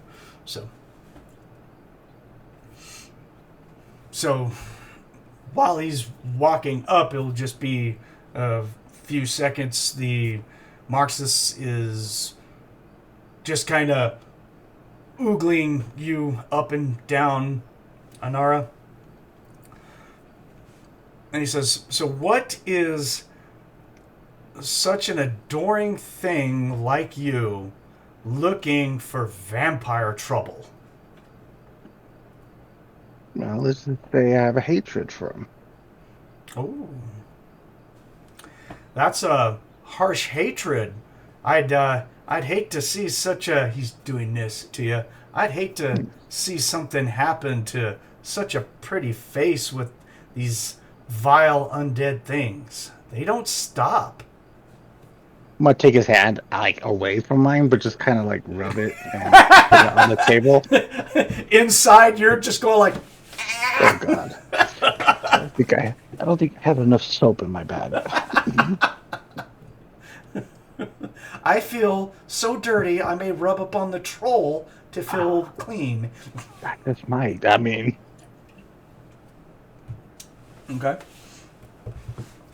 So, yeah, when you're doing that is when Kayden and Ardent, you guys, you're just walking right up to the table. I take it. That's what it sounded like. Yeah.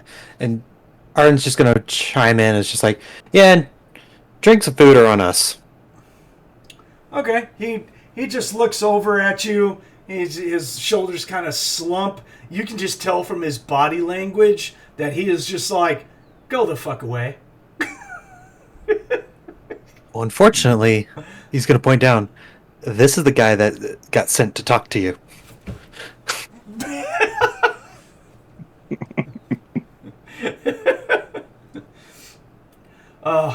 He looks so out of place here. It is not pretty, right?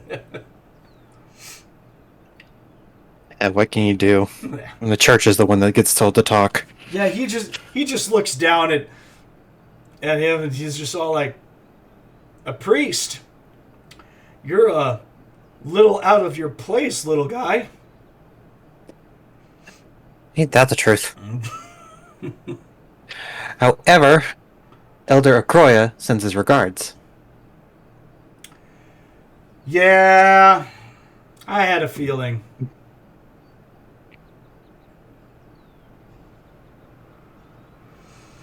Well, let's talk. Why don't you guys? You're here, so pull up. Oh, you brought a little chair. Let's sit down, talk this ugly deed over with, so I can continue my fine date and saying if what kind of entertainment she needs tonight. I will intentionally scoot my chair over and put Kayden's chair between me and him. So you're gonna have to move out from underneath his arm while he's patting it, basically, right? Right. Okay. As soon as they start to approach, it's just kind of disengaged from him, and I'll scoot over, put his chair there between us, and Bane's gonna be a bit wide-eyed. It's just like, what's that going feels on? awkward. Yeah. You don't know what's going on. Ardent, on the other case, is just all like, I got it. You know what exactly is going on here, man. So. I mean, Art's got a pretty good physical beauty, so it's just like, yeah, I understand, bud. Yeah, but you know what she's doing, so... Yeah, it's like, get me the fuck away from him. Yeah. And he's just going to start by taking 50 out of the 200 gold that Kayden gave him and just go right there in front of him. All right. So so cool. So yeah, you throw it on there, and he was all like, "That'll be a good start." And he's looking at this hand slink away from his arm, and he's just has this. He's looking at her like, "Oh man." not even looking at him. I'm just like looking at Kayden in his chair and just like putting it. Baby, don't be that way. Don't be mean. Yeah. Ardent, where are you going to sit at? Sit across the table. Okay, so the remaining chair is to this guy's left. So it's like Ardent in the corner, then this guy, and then it's poor Kayden, and then Anara is like got her own chair, and she's trying to squish herself into the banister and the table, like, you know, where it meets. She's like, I cannot get far enough away. she's like, I could clear this railing and go down there very easily. Little. Sure, I can find a drunk person to land on it and break my fall. Yeah. She's an air person, so I'm taking it as I'm pretty sure she's gonna make sure she'll land softly. So. Ooh, yeah. So, all right. So this guy's just like, he's like, okay. He looks over at Kayden. He goes, "Priest, well played, sir. It's not very often that happens to me. You got my attention, sir. Really, you got my attention." He's looking at the coins. Then he looks over at her. Then he looks over at the coins. Wow. Could have been coin well spent.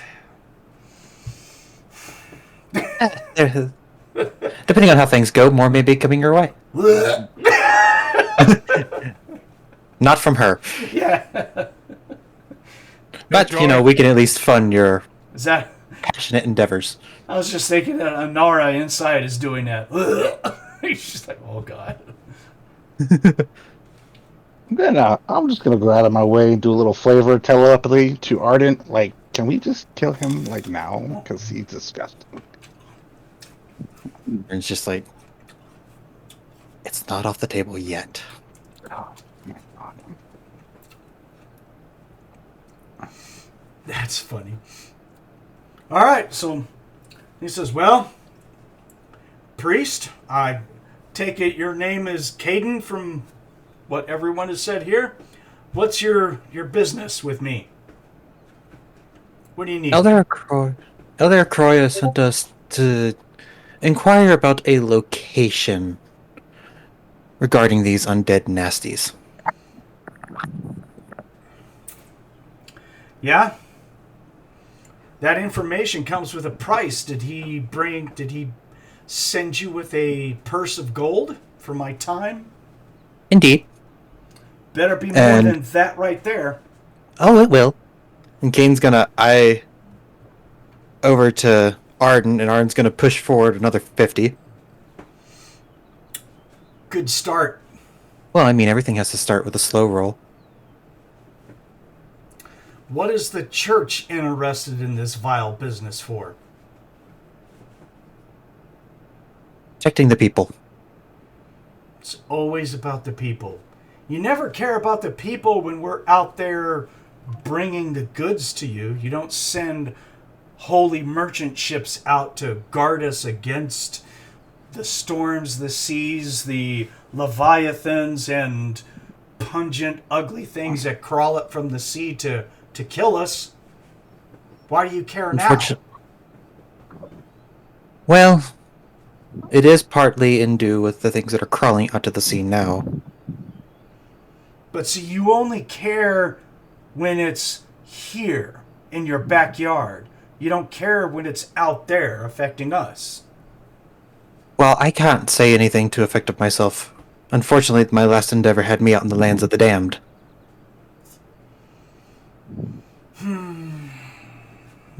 But, and then Kayden will reach out of his own purse, another 50. Motherfucker's getting expensive. Yeah. It's already 150 on him. Oh, yeah. Yeah. Oh, no, he's a pirate through and through. This guy's, he's, of course, he's an asshole, and his pussy's been denied to him, so he's going to make you pay for it. So. I know, my unfortunate ass right next to him. Cool. And then out of nowhere, he's just like, well, let me tell you something. He looks off to the side, he goes, oh, good God, what the fuck is the watch doing here? And everyone's going to see Thar and Zoljin come walking in pretty much shoulder to shoulder. And Thar's got his chest stuck out in his armor like he is ready for some shit. He's just like, hey there, motherfuckers! Kayden's just kind of like this. Ay. Just under his breath, just, ay vey. I can't say I'm surprised by this. Like I said, Sheldon. he's just like, I'm a bad motherfucker.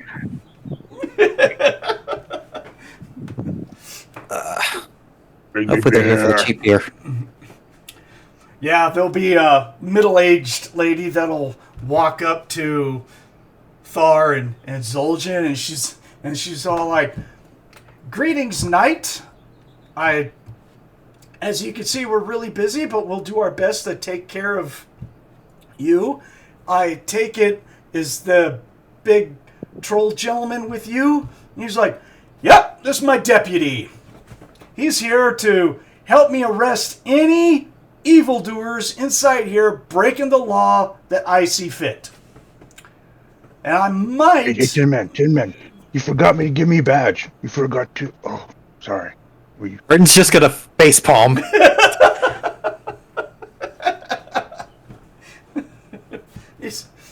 Oh, yeah, I left it in the wagon. I'm sorry, but you're with me. So, you're my badge. Okay. He's my badge. My deputy. And she's just like, I got that. Yeah. He's like, we'll go over to that table there. You can bring us some stout stuff. We'll be there.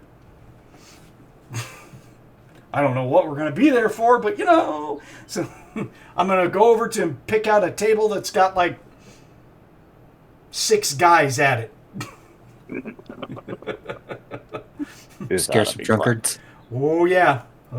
So Thar's gonna walk up there and he's gonna say, all right, guys, by the order of the Western Empire, this table has been claimed by my authority as knight. Beat it. I'm gonna roll a % for his trust intimidate because that's what he does. It's not that good, by the way, guys, but he's just playing the part. He only has a 30 in Trust and Intimidate, unless I don't have any skills that might help that. Do I? No, language, no. Balance, no, that doesn't help, nope. Yeah, military etiquette does not, okay, no, I don't have anything, so yeah. I'm going to stand as tall as I fucking can and look as menacing and use my horror factor. Okay. A lot of people around here are used to trolls. So again, the more that you see people, that's kind of like a rule that I do, like, for horror factor. I mean, Yeah.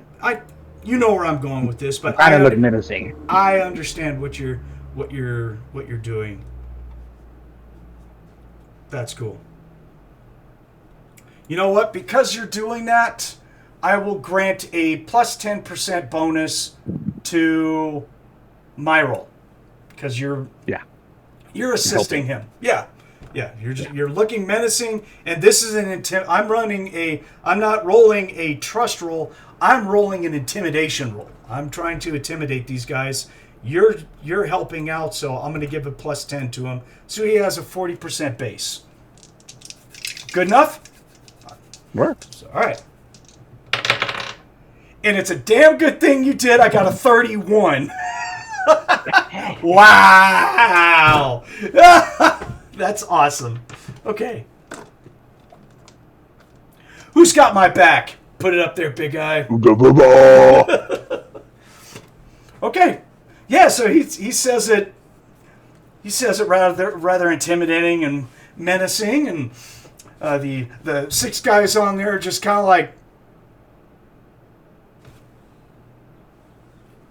they don't look scared because it wasn't that bad of a roll, but they do, like, they just pick up their drinks, and they, a couple of them just kind of like don't say anything, but they have this universal sign, of all, like, don't want to go there, dude. Don't want to go there. We're fine. So off they go.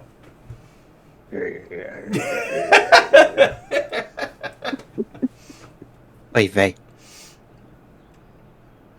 And then I'll happily fist bump my big troll buddy right in front of everyone. And I'll sit down, and you can grab like 3 chairs, break the arms off of the middle one, and sit down. Sure. He's just shaking his head.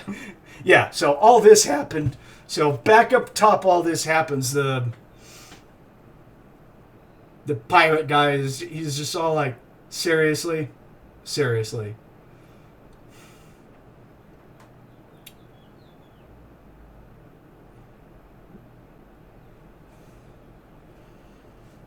We better hurry up and conduct our business before the city watch comes in. And Ken's going to push forward another 50 to get us to a total of 200.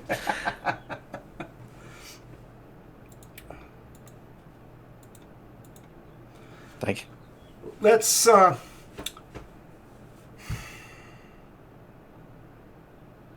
he'll take the 200 in a fell scoop, and he'll open up right in his front shirt. He opens up a well-tailored looking pouch that is hidden in the folds of his outer loose shirt, and just kind of rakes it all into his shirt, and then you see him just kind of tie it up to where it blends in with his shirt.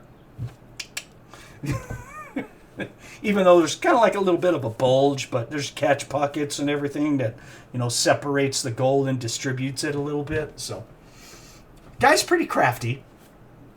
Knows his trade a little bit, obviously, from what you get. Especially you, Ardent. I mean, you may not be taken back by this, but you're not surprised. You're like, okay, so the guy knows what he's doing, basically. Yeah, Ardent's going to kind of just go, I want one of those. who made that for you? I want one. Yeah. Oh, that's pretty freaking cool. So after he's done scooping it up, he takes out a tiny scroll, brass scroll case this long, unscrews one end, takes out the parchment that's inside, lays it out, takes a feather type quill out somewhere out of the back of his nappy hair. Yeah. Yeah. Is that a You're grease like- pin? You're like,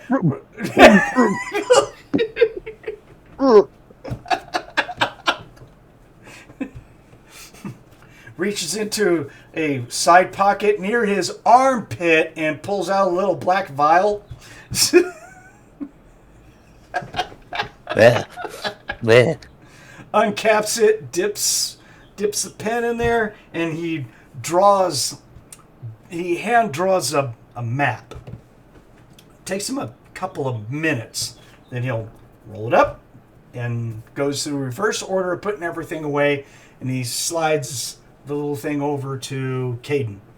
And then Ardent's going to fish out 20 gold and just put it on the table. This is for your food.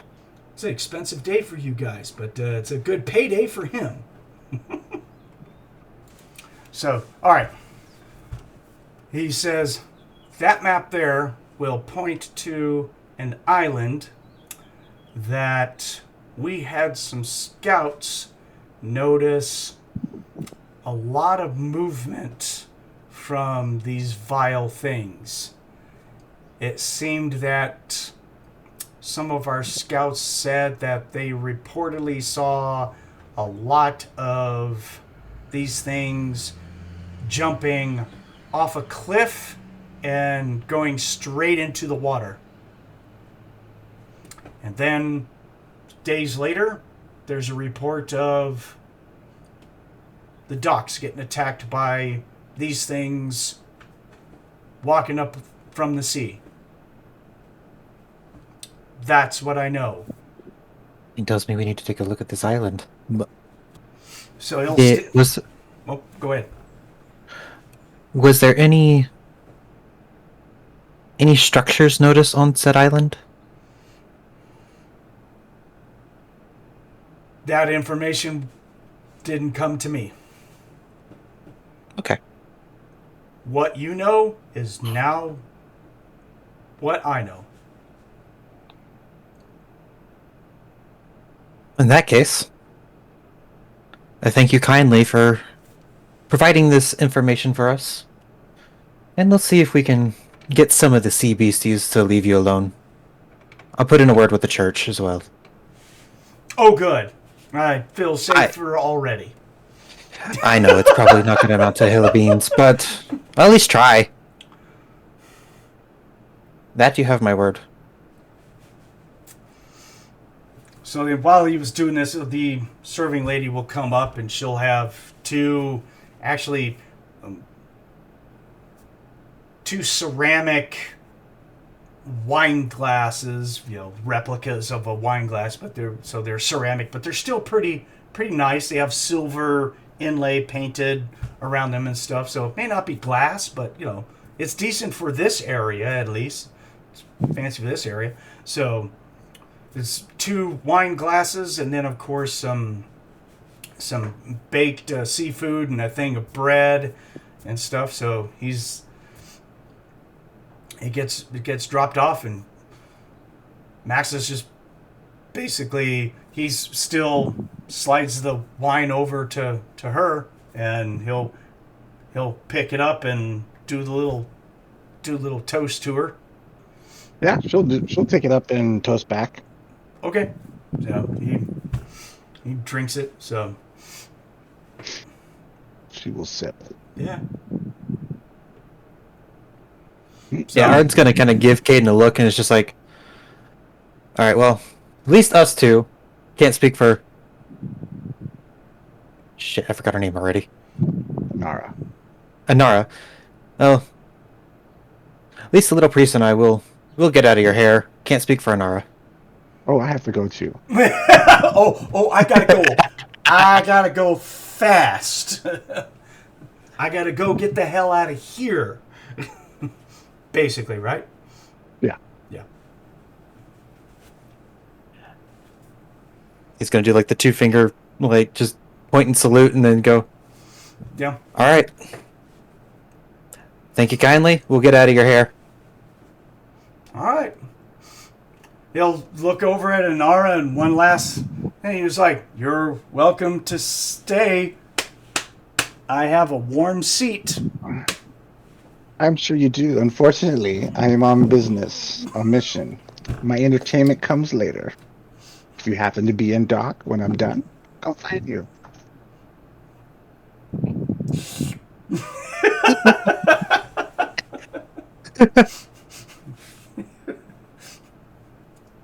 Walk away. Yeah. I hate to see you go, but I love watching you walk away.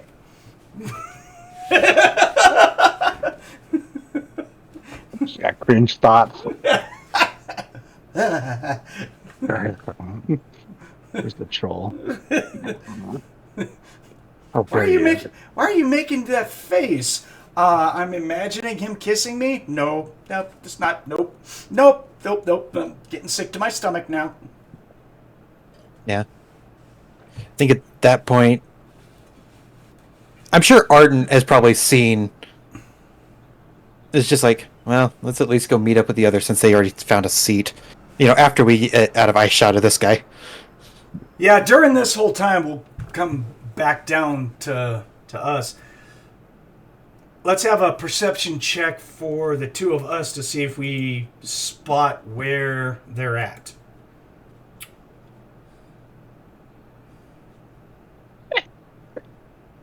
Oh, I got a +2 perception, so I'm right there with you, dude. Straight up. Okay. What's your bonus? Is it more than mine? Oh, I got a 0. A 0. I'm straight up, so I rolled a 2. Oh my goodness. All right. I at least have a +2, so let's see what the.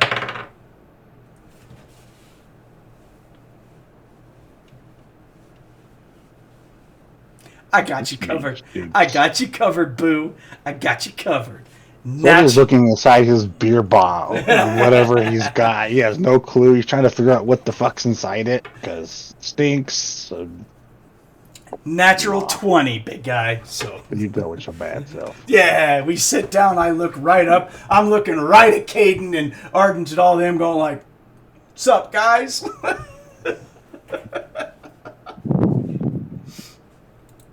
In fact, I'm sure that Ardent will not have an issue with seeing that right when they sat down, Thar's just looking right up at him. But he walked away to the restroom. He's not there. That's okay.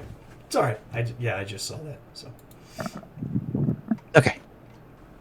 Again, all of this is happening without poor Monte being involved. He's still sitting outside going.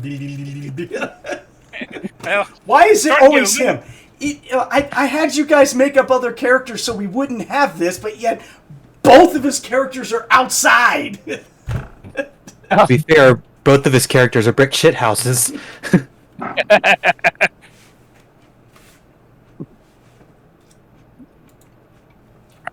Fun. So, all right. Yeah, so we notice. Yeah, you're like you said, you're looking in your troll beer, not anything. And they what is in this goddamn swill? This is nasty. Yeah, we'll both get delivered. You get delivered a big troll-sized mug, and I'll get my regular mug, and it's gonna be, kind of like, what is that? What's that movie? Do you ever seen that movie, Desperado? Where they're at the beginning, where they're drinking the warm beer, and they both take sips, and they don't like swallow it immediately. They just kind of like slowly look at each other and nod, and just like have to hurt themselves to swallow. That's this shit. How much troll is this? Is nasty. Well, we will take those drinks and then just look at each other and be like, "Oh God." This is why Maxis got the wine. Yeah. So, yeah. Wow. I really think that sweat off your balls would taste better than this stuff. Oh, you want to find out? No. Oh, damn. E for effort. Oh my goodness. You gotta work at it to make something that bad. But they filter this shit through. Apparently, he has worked at it, and he uses underwear. I think he filtered it through a horse's salt lick. Oh, yeah. 'Cause I that's like horse, but holy cow. That's salty nastiness right there. That's... Woo! Are Ardent and the crew back? This is all happening because that took several minutes. So yeah. They had to wait. I didn't know how much time had passed when I stepped away to go to the bathroom. So I was just doing stuff downstairs. So they drink, and Thar's just sitting there, just looking around. And he's all like, "Huh? No one wants to come over here and start any crap with us today. That's a damn shame." Oh, You could throw up on them. I could. It wouldn't be hard. So he'll point. Thar will point and go like, "They're up there, right there, dude. Right? No, not in the beard, dude. Never mind. I got it. Yeah. Boy. I just see if I have any spices to make this better. Holy shit. I think I could squeeze a whole cherry tree into this, and I would not improve the taste at all. Some cinnamon stick or some shit. Does cinnamon grow on a tree? You put a whole cinnamon tree in there, I don't think would work. I don't know how cinnamon grows.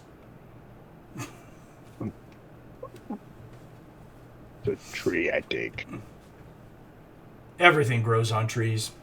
Yeah. Yeah. Even money.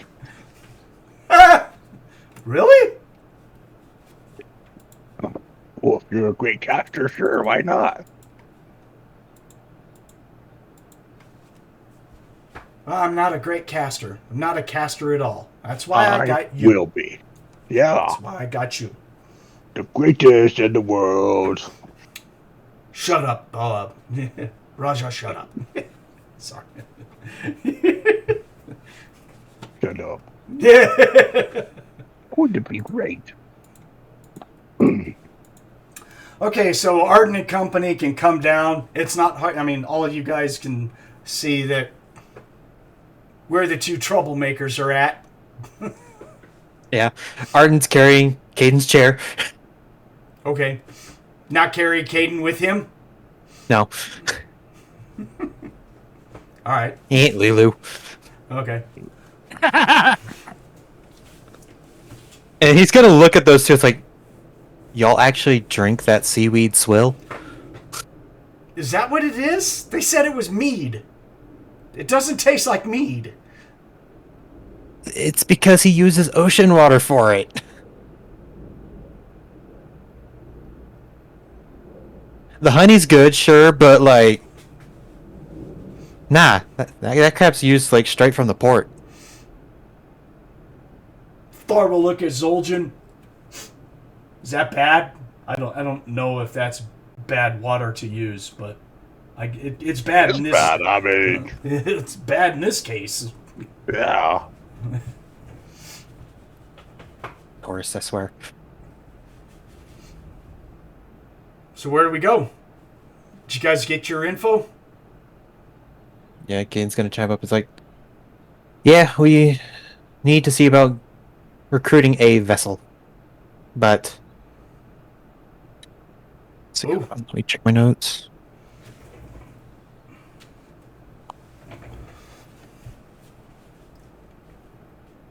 So is everything on the up and up, or do I need to have Zoljin sit on him and we squeeze him for information? I think we're done with him. Aw. No fun. And unfortunately, Elder Croya has uses of this guy, so I don't think you want to get rid of him. I really do, but whatever. Yeah. Good. May not taste good, but Probably tastes better than this stuff.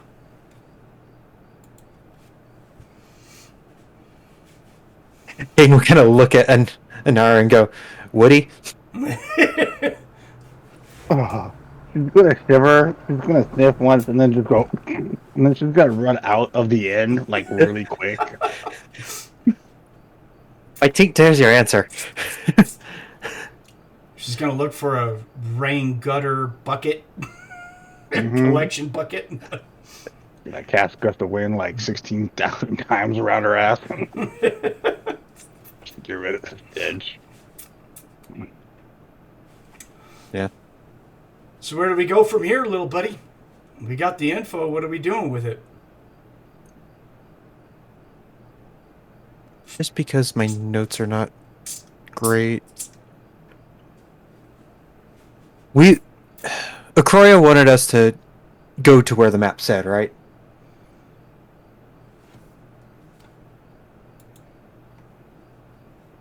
He said just go get the information, hire some people and go get the information from this guy. Yeah, that was pretty much it. Yeah. Let's just go get info. Yeah. Just to get the info. And did he say to go back, to bring it back to him? That's probably what it should have been. Let's see.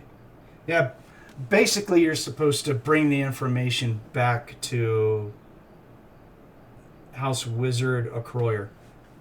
Okay, just wanted to verify. I've got a photo. My character's got a photographic memory, but I'm not that smart. Oh. Oh, good. Brandon has to put his own self down. We don't have to make fun of him. He's good at it all by himself. Yeah, I'm not saying. Dang.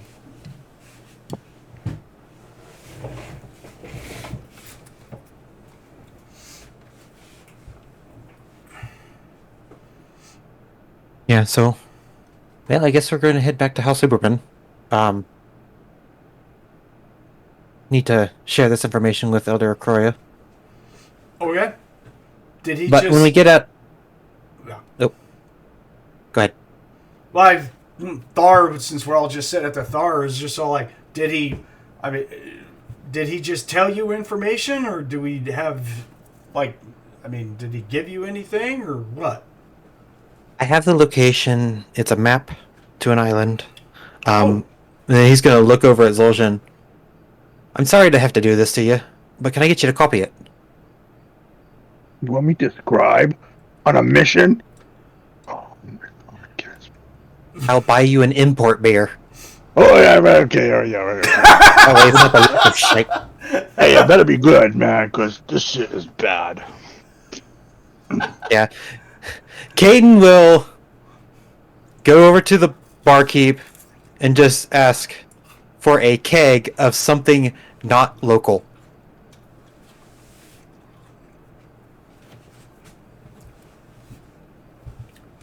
The barkeep is a younger guy, barrel-chested, shaven dude, wearing a dirty-ass apron. And his job is just fix drinks, and you come over and stand on a lift box because Barstool. yeah. you're short, so I know. I'm a whole 3 feet tall. right. So he leans over, he listens to you, and he's all like, I get you. My dad's stuff is crap. You gotta love it when even the staff admits it. So he'll go over to a black 10-gallon keg set on its side, and he gets out a pretty good-sized mug. He'll actually wipe it down with, he wipes it down with his dirty rag, but at least he wiped it down. Okay, so he moves some rats out of the way when he grabbed, but he fills it up. It's got this like amber colored head on it, and he just sets it down. He was all like, Troll size is 12 gold. Forks it over. Okay.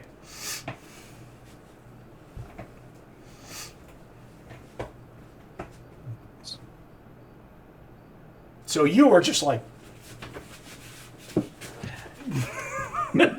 Yeah. Gonna get it over, and he's not even gonna be able to put it on the table. He's just gonna walk up next to Zoljin, just like, here you go, big fella. Reaches out and takes it from him. are you going to scribe here, or are you... Well, you probably don't have the scribing stuff with you. Unless you do, I don't know. Nah. Do you carry it with you? No, it's probably back at my place. Okay. I'm leaving it up to you. If you're one of those guys that says, yeah, I have a bag of scribing stuff, I'd have been like, sounds good. I don't care. Oh, yeah, I do. I have some sheets of parchment, some quill pens, and bottles of ink. So, yeah, I do. I don't know if you want to do it here while we're drinking and eating and waiting, or what. If there's, or if you want to do it back at the Citadel, or what. It's up to you, man. Do it back at the Citadel. Okay. Yep. See, he's going to bring you back a beer that this smells good. I don't care who you are. This is good stuff. Oh, I know you, Kinsman. Oh, good. Oh, yeah. Right there back at you, big guy. Num. It's like, when we get back, I have something for you to copy down for me. I gotcha. And just in case, I need more than one copy, pretty much. So I have one, and then I'll have you hold on to the other. Okay. Man, we didn't get in a bar fight. As much as Thar was trying. Yeah. Robbie's is slipping. You'll probably just be like, you should probably get back to the others once you're done with your drink. Just so that they're not sitting worrying. Actually, they don't have to, because Catman, you're sitting out there with Ching-Ching and LeeLuu. I'm pretty sure between the two of them, they're just like talking and catching up like they do. They talk. Oh yeah, they most certainly would, because it's been several years in that regard.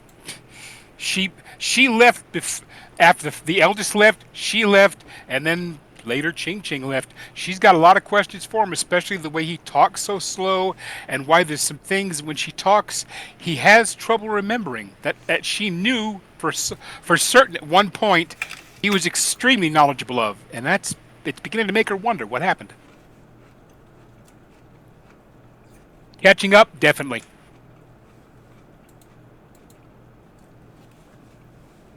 Yeah, and Archie's just standing there. He's taking care of horses, doing his squire thing. Hamon will come walking up to you guys, and he says, "Howdy, y'all. Just want to let you guys know that they're done talking. They'll probably be coming here in right bit. I'll be over here." I feel so dirty. Oh. Nara's gonna make her way back to the cart. She's done. Yeah, she's had enough of being fondled by gross guys. Yeah. Okay. So, Monte, did you get that? Did you hear that? Yep. Okay. Was waiting for an answer for acknowledgement, but Yeah, shit. Now, I'm sorry for the other two. I already said I thought you heard it. nope. I didn't, anyways. Maybe you said it at the same time I was saying it with Hamon. It doesn't matter. I mean, Hamon walked up, said that, and then went over. And then our new elf will come walking up. Anara comes walking up. Pretty one. That place stinks. Like you would not believe. Well, with the wind just right, I can believe you. Trust me. I could manipulate the wind. Archie will hand Anara a well manicured, actually really nice water skin. And Take it. yeah, he's like, that's house honey water. That will help. Oh, darling, thank you so much. I've been in there. I know. I'm sorry. I am so sorry. All right, so the rest of us are gonna walk out and go back to the cart. Right? Yeah. Anything else that we need to do, or that anyone else wants to do? Okay, so from here, it's you go. Zoljin goes to the Citadel to do his work, and the rest of us are just going to House Uberman. I take it. Yeah. Kayden may hang out for a while before going back to Elder Akroya, just so that he can get his map back before talking. Where at? Either in his quarters or at the church, giving Zoljin time to copy the map before he goes to Elder Akroya. Oh, okay. Yeah. So Zoljin, he gives you this. For your hands, it's really hard to manipulate. I mean, by human standards, it's a really small little brass scroll thing. For you, it's like working on a very small miniature. You're just all like, damn. Hold this open. Hold on. Right. My monocle. Right. Kayden will just hang out and help him with the scroll. Oh my gosh. Well, I'm assuming he's doing this at the Citadel, though. Yeah.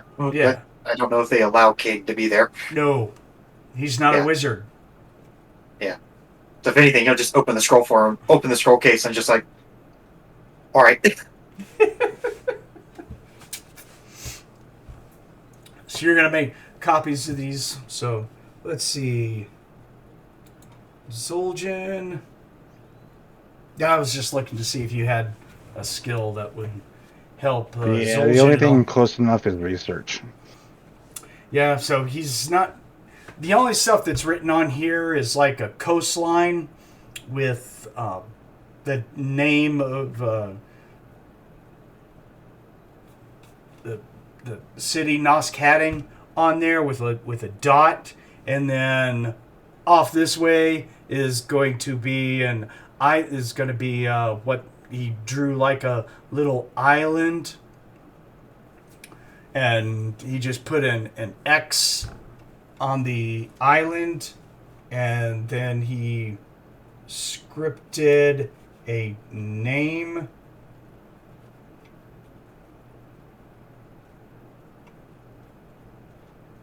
Okay, so can I use my research skill to see if the library here has a public map, like a scroll map of this island?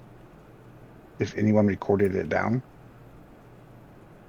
Maybe I can get a bigger map, something. Yeah, look up the skill. I'm trying to find the name in my notes. If the skill allows it, if you could look up research. Yes, training in the use of methods, techniques, and means of finding and using information, including public records, libraries, guild houses, interviews, surveys, demographics, trade journals, diaries, notebooks, spell books, any maps, ancient texts, and other sources of information. Bing! Roll it, dude. I'm good. Great. But I will tell you that the name that's written on there spells out the name Nikko. Nikko. Okay.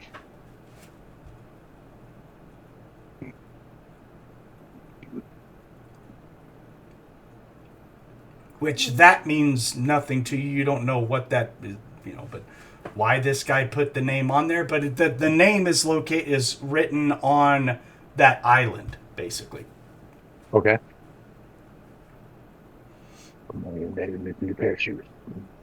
And you... 41 out of 67. Okay.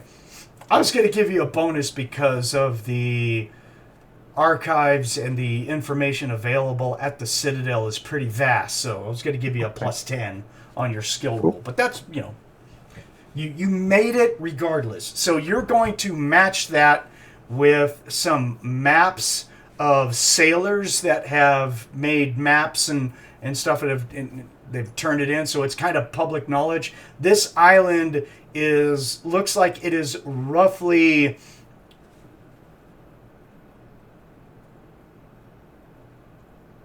northwest of Nos Cadig, about 100 miles, roughly. Okay. I'll go ahead and scribe some extra maps out of what I find. Right. Um, You don't find any names. You just have it to where seafarers have said there's an island here. Kind of thing. So you're able to look it up and go, okay, so that island exists on seafaring charts. Everyone knows about it, but it doesn't have a name, and who knows if anyone goes to it. But yeah, it's just yeah. I'll go ahead and mark Kayden's map, the island. That way he knows what he's looking for. okay. And then I will go try to find him. Oh, that won't be. Yeah, I assume you guys probably arranged a time to meet somewhere. So sure, yeah, exchange. Yeah. The house. Okay. Yeah, at the house. He might be, at the Rouge-ish shrine. Okay. Maybe healing some of the guys who got a little battered and bruised in sparring. That happens a lot. Yeah.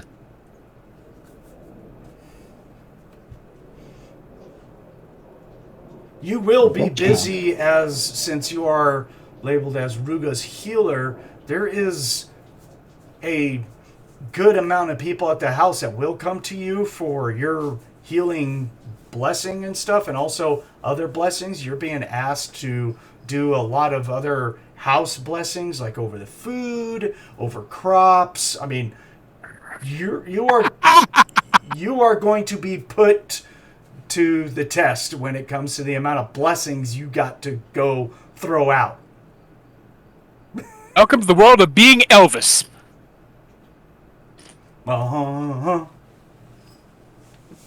It's a little miniature Elvis, but still, yeah. I have small heart, but big blessings. Probably shouldn't put it that way, because then LeeLuu's going to get all happy. Oh? Whenever she's at, she just hears that, her ears perk up, and it's like, did I just hear that? We're going to get... when I meet up with him, I'll give him his copy of the map. Okay. All right, so with your additional stuff you put on there, or is that just for you? Yes. Okay. No, for him. For both of us, I'll scribe the extra onto both of ours. Okay. So how many copies did you make? I'm going to make 3 extra copies. Okay. I will hold on to 2 of them, and Kayden will have 1. Okay. And then 1 that they can give to... What's his face? A Croyer. House. Croyer. Yep. Yeah. Okay. Okay, so you And guys... can write on that one. All right, so you guys get this information, so...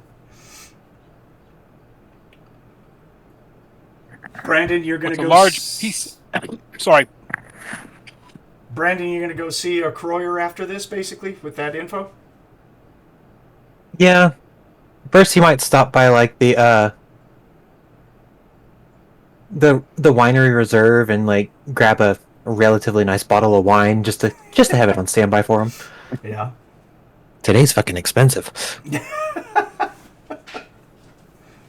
Yeah. Man, your icon is doing some weird stuff on the video. He's It's not liking the fact that I've got a microphone right in front of me. Oh, okay. I'm Yeah. watching it and it's doing some weird shit. It's kind of weird. Like it's playing Yeah. Limbo, like constantly playing Yeah. Limbo. Yeah. Yeah, there he goes. Yeah. Yeah, it's just like, Yeah, it's limitation of being tracked by a camera. And I don't. it still This software's looks, a bit weird. It still looks cool, but yeah, it's just like every once in a while I see your character, you're talking, and then all of a sudden you'll go like, and I'm like, Yeah. Jesus Christ, you just get knocked out? Yeah, I'm like reaching over to grab my water, and I move just enough where it's just like, what are you doing? Yeah, it's like.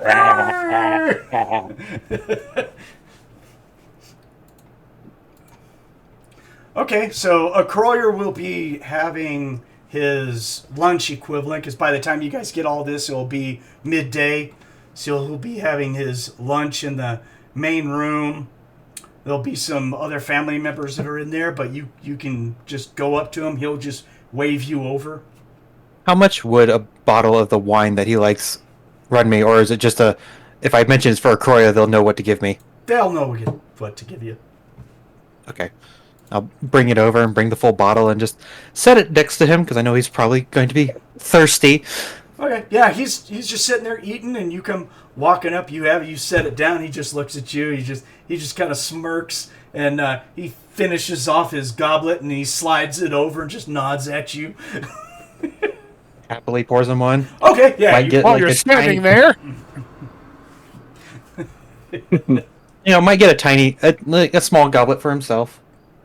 Just, a very, very light pour. Yeah. Just to try. Yeah, he doesn't stop eating. He's just like, just gobbling down while you're there. He'll just say, so what do you have for me there, young healer? He's gonna fish out the little scroll and hand it over to him in the case. Just like, and just kind of quietly, just mention the word Nico.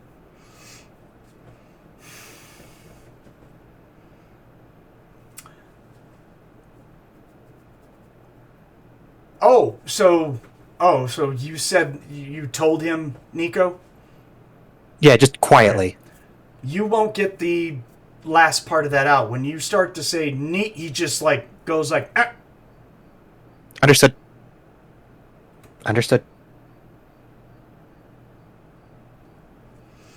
He looks at it and he nods and wrinkles, folds it up. It's gone. Understood. Yeah, it goes away in his hands, just fire poof.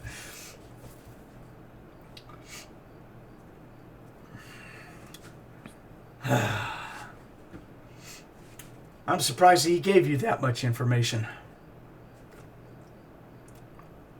Yeah, it wasn't cheap. I say that much. He puts his stuff down and he says, follow me, young healer. Templar, stay here. And then he walks through a side exit of the main hallway. Didn't follow. Okay. she does as she's ordered. Stays where she is. Okay, so you just watch them go through a door and close it. He goes through a service entrance, down a hallway, goes down some stairs from another connecting hallway, and then gets inside of another little study. Through a secret door, he'll walk up to this grand hall that has got a picture of the family, and he walks up to it and whispers something to it, and then you'll see the wall just kind of shimmer, and there will be another lit hallway. He'll walk down it to another door, which automatically opens up, and inside is like another hidden study that is deathly quiet in here. The sound does not bounce off of anything. It's like this place isn't made of solids. It's kind of unnerving. If you've ever been in like a soundproofing room or something like that where the sound just gets absorbed. So weird. Yeah, you're just like, hello? Oh, that's not right. Yeah. So he closes the door and he'll walk over. He picks up another decanter, has a little crystal cup, and takes the lid off the decanter, starts to pour it, pours a little bit, puts it on the table and slides it over to you. Then he sits down while holding the whole decanter. Thank you kindly. Yeah. he's just like, oh, healer, it's going to be one of those days. I do apologize for putting undue stress on you.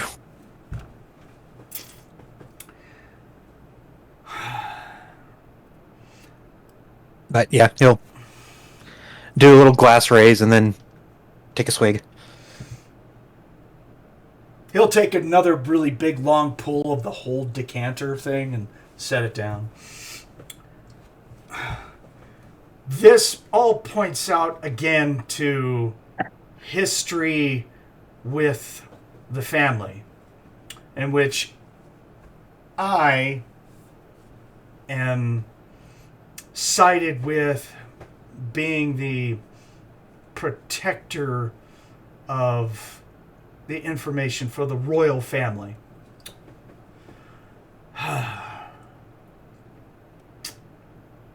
Haven't seen, not surprised by this name, but I haven't seen it for a while. You're not going to research it. You're not going to find anything to it other than my own personal library that no way in hell are you going to have access to, other than what I tell you. I understand. What I will tell you right now is he's going to reach over to a desk, open up a little drawer, fish around. He brings out a good handful of all kinds of gems. Sets them, rolls them out on the table like he's rolling dice. Sees about 20, 30 of them. Picks out like 10 big ones. Puts them into a small red pouch. Cinches it up. Nods his head. Yeah. Hands it over to you. And he says,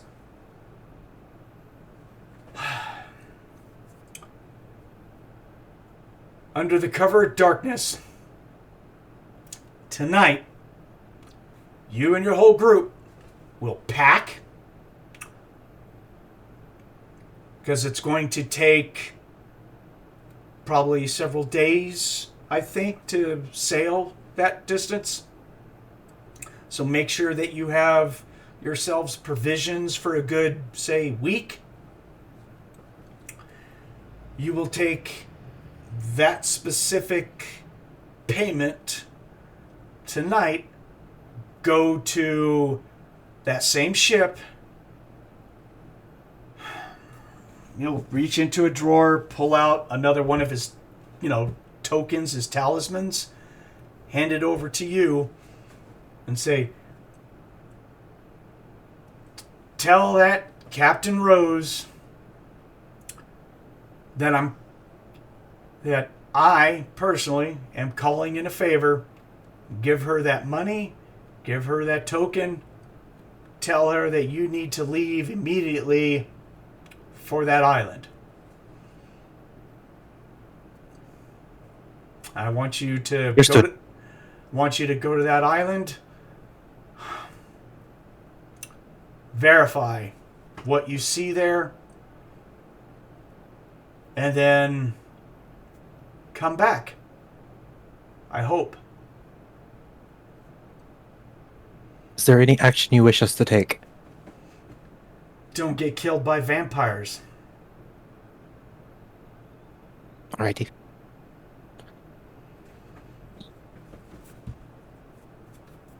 Take lots of stuff that will help against the undead would be my suggestion. But you need to do this with haste. You need to get on that water tonight. Understood.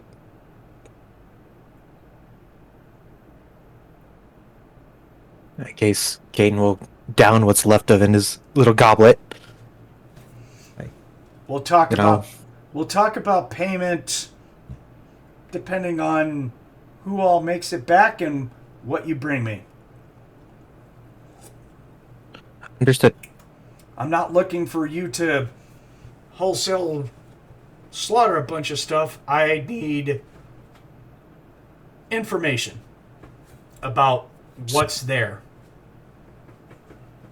Okay. It's that simple.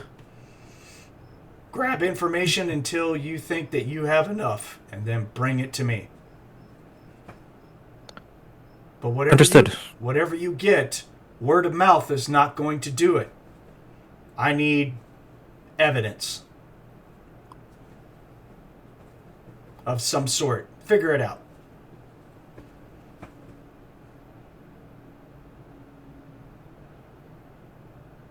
In that case, I shall go rally the crew and get them started on packing.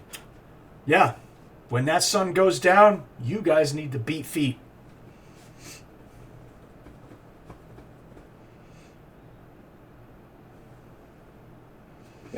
Kayden will bow and nod, and then gestures like, "Am I good to go?"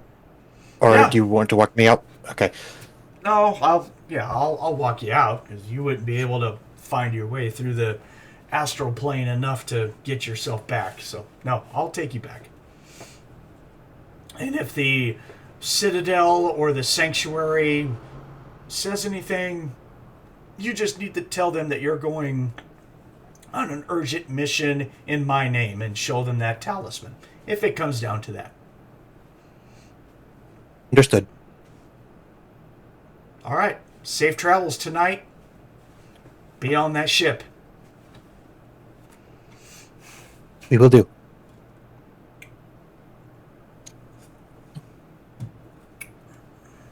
And Kayden will get himself out of his hair.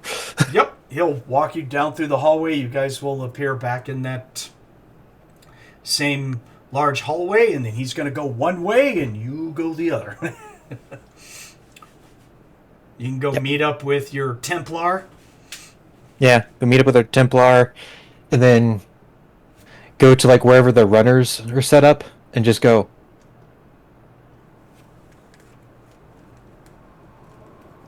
Trying to figure out what phrasing I can use. Yeah, you're going to have to send more than one because you got to get... Yeah, I know. That's why I said runners. Yeah. Like the runners meeting area. Yeah. And go and like just say, like sending one to everybody who you can, and just go. Yeah, because there's no telling really where everyone is. I assume Thar is going to be in the house premise, probably with his, family, doing gosh knows whatever. LeeLuu's with you. Ching-Ching, I have no idea where he's going to be. Oh, LeeLuu would try to find Ching-Ching a place where he could sit, meditate, and take it easy, and if necessary, get a little food while she's waiting. Or she's like, "You take care of this. I'll be with him." Okay. So basically at the house, right? Uh huh. At House Uberman as a guest. So okay, sounds good. We know what Kayden's doing. Ardent, where did he go?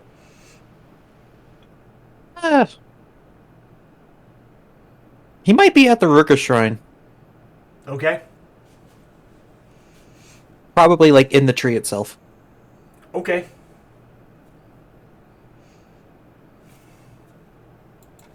He's a pretty big pious guy or what? Well, he follows the Pantheon, even though he mostly follows Panath. Yeah. But he still pays respects to the head lady herself. Oh yeah, okay, I see that on his character sheet you gave him a high rating for piety. Okay. So he's a big religious guy. That's kind of cool. Interesting.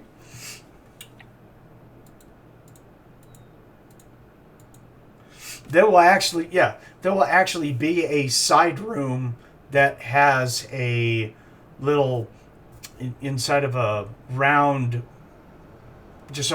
room that's going to have I don't know, you can say a shrine to Panath is actively there. They have one there at the sanctuary. Okay. And no, he will not be the only one that goes by there to pay his respect. And, Panath likes coin and shiny things and stuff. So, so they put stuff at the base of his shrine, and he can have a tree in there. It's not the same as the the tree of Panath, but it's just a symbol, you know. So Yeah. so you can leave a token there if you want to. Pay your respects to Panath. Yeah, he'll leave a couple coins on the altar. Cool. So he's doing that. Zoljin, you going back to the Citadel? Yeah? Okay. Yeah. And what about Anara? I'm going back to her place grubbing. Oh, I did want to add, like, Kayden would also send a bar of lye soap to go with the runner. God. Some rose water or something. A nice bar of soap scented with like rose or some lavender or something like that, right? Yeah. Well, he's got the lye soap, which is like the really heavy duty scrubbing stuff. So one heavy-duty scrubbing soap and another one that's, when you're done scrubbing yourself to death, use this to make yourself soft and smell good. Yeah. Several baths. Right. Cool. So, yeah, so after you send out the runners, you get everyone together at some point, and you're just going to inform everyone of this, right? Right. Okay. Find a more sequestered away area and just lay it out. We need to get our gear ready tonight. As in, we need to be packed before dark. We are going back to Rose Gold, the ship, and Elder Okoye is calling in a favor because we are going. We need to get rations for a week, maybe more, and whatever supply we need. So I take it you are hiring me, Ardent, and Jean? Oh yeah. Okay. You lot have been most helpful in this endeavor so far. And I do apologize for the rankedness of that individual. Yeah, unfortunately, we're going back to him. Thanks. Well, we're going back to his captain. She, I believe, would be in better kempt than he is. I hope, at least. Well, No, Thar. So we I won't see be the able face to, you're making. Yeah, we won't be able to take the horses, but okay. Well, thank you for having us. There will be more to come with this expedition. I hope so. I don't wish to find another job. Let's boogie and go fight vampires, apparently. Vampires. We got this, big guy. There'll be a fight involved. There'll be a fight involved in this yet. We need to be make sure that we are armed with stakes and whatever supplies we need. And I don't mean the food stakes. I think we just bought all that. We should be good. We're all set up. Right, Catman? You got it all taken care of on your end, right? Got my bit, yep. I'm sitting here thinking, let's see, if we cook, heavy on the garlic. In an emergency, breathe on them. Oh, I got that. That'll kill And them Kayden- outright. I don't care. I got a gallon of garlic mouthwash for you. Kayden will distribute a vial of holy water to each of the party members. Ooh. Holy water. That handy. That won't be hard to... How many of us are there now? 7. I think 8. 1, 2, 8. 3, 4, 5, 6, 3, 7, 4, 6, 8, 8. 9. Okay, We missed one. Archie. I'll mark the 8. 9th one. Yeah, I'll mark 8 vials off because I've got the rest of the inventory. Okay. That's the total number of characters we have on here. Yep. Well, yeah. 8 characters, 1 NPC. It's actually 2 NPCs. but- Archie's a buddy.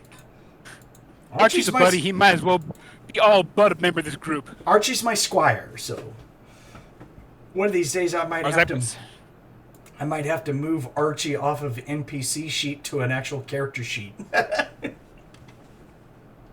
I'm still waiting for the day when he actually makes some kind of level or something, and Thar takes him out for a party to get him laid. Oh, yeah. Okay, so is there anything we need to do, or can we just move on out to the night? Are we good? We're good on rations.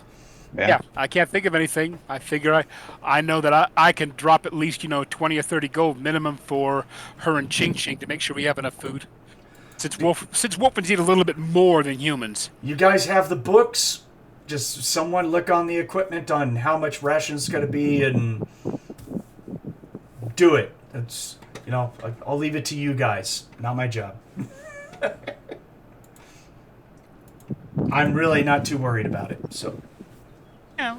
And my calculation for when I bought the stuff for Ching-Ching the first time was like I was getting around 40 to 50 gold. That's because he's a Wolfen. Yeah. So. Cool. So that night we, I guess, used the same cart and horses and stuff we're just going to go up to those northern docks, right? Oh, you know what? We're not going to take the horses because I ain't leaving my horse over there for a week. I'm going to leave him at the stable. I guess we're just. I guess we're walking. Yeah. I'm not going to walk in my armor. I'm going to go on the cart. Thank you. So, Rent a nag? Yeah. From Men in Tights, rent a wreck. Rent a wreck. So. So Hamon and Zoljin will be walking. Sorry, Zoljin, we're all... No. They don't have small rhinoceros. Why not? Need to put an order through Amazon or something. Yeah. The new one. Amazon delivery is a thing. Yeah. It comes from the Amazon, no less. So we'll get up... We'll travel up there. It's nighttime. We get up there, we'll find out that Rose is in the tavern with her crew. They're having a celebration because they sold all of their stuff. So it's a raucous night. Oh boy, this might actually have a fight. Tin Man. Blink! I Part feel of me's no got this exercise going sense that she might just let him fight to see, like, well, am I going to be carting along men or am I going to be carting along pussies? Let's see how well they do in a bar fight. Cool. So are all of us going into the tavern, or are we just sending an envoy into the tavern? Well, I mean, Zoljin's going in, so... Ardent's going in. Sounds And Anara will go in, like, last. And Kayden's going to go in just because he has the stuff. And where he goes, she follows. So it sounds like everyone's going in. Hamon and Archie will both hang out in the back next to Anara and tell her, we got your back, don't worry. Don't worry, the only thing you got to worry about is the wind shifts. That's all we got to worry about. I got spells for that. There you go. I don't know if it matters too much to Anara, but Hamon has got a physical beauty of 19. He's a good-looking elf dude. Just saying. Nah. I'm just putting it out there. He's a good-looking little elf guy, so. It's nothing I can touch.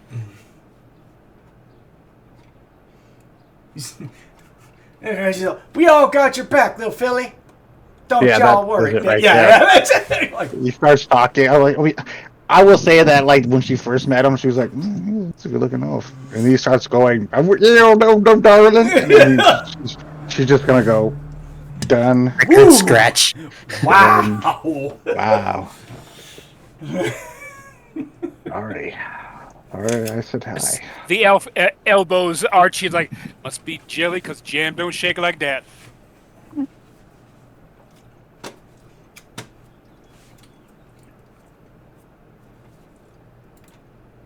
You look prettier than a bowl full of fresh giblets. Stop right there. Yeah, Stop.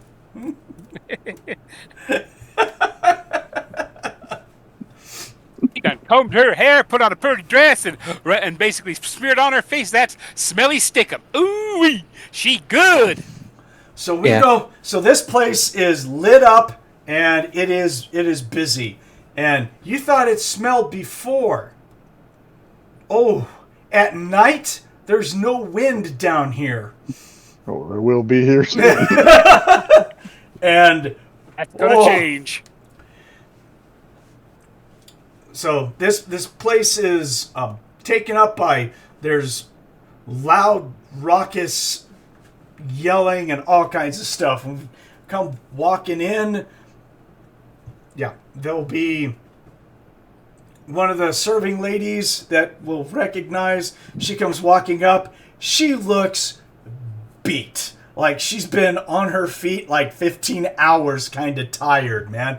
She just comes walking up, go like, "Oh, I'm sorry, but this is a private thing.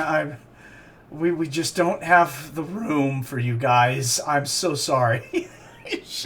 This is one of the bars that gets hit after it's payday at the army base. Because the crew just got paid, so what are they going to do? We're going to have a party, go spend gold, food, etc. You know, the owners are going to clean it up, but the staff, I'm getting so tired of hitting people, keep grabbing my ass.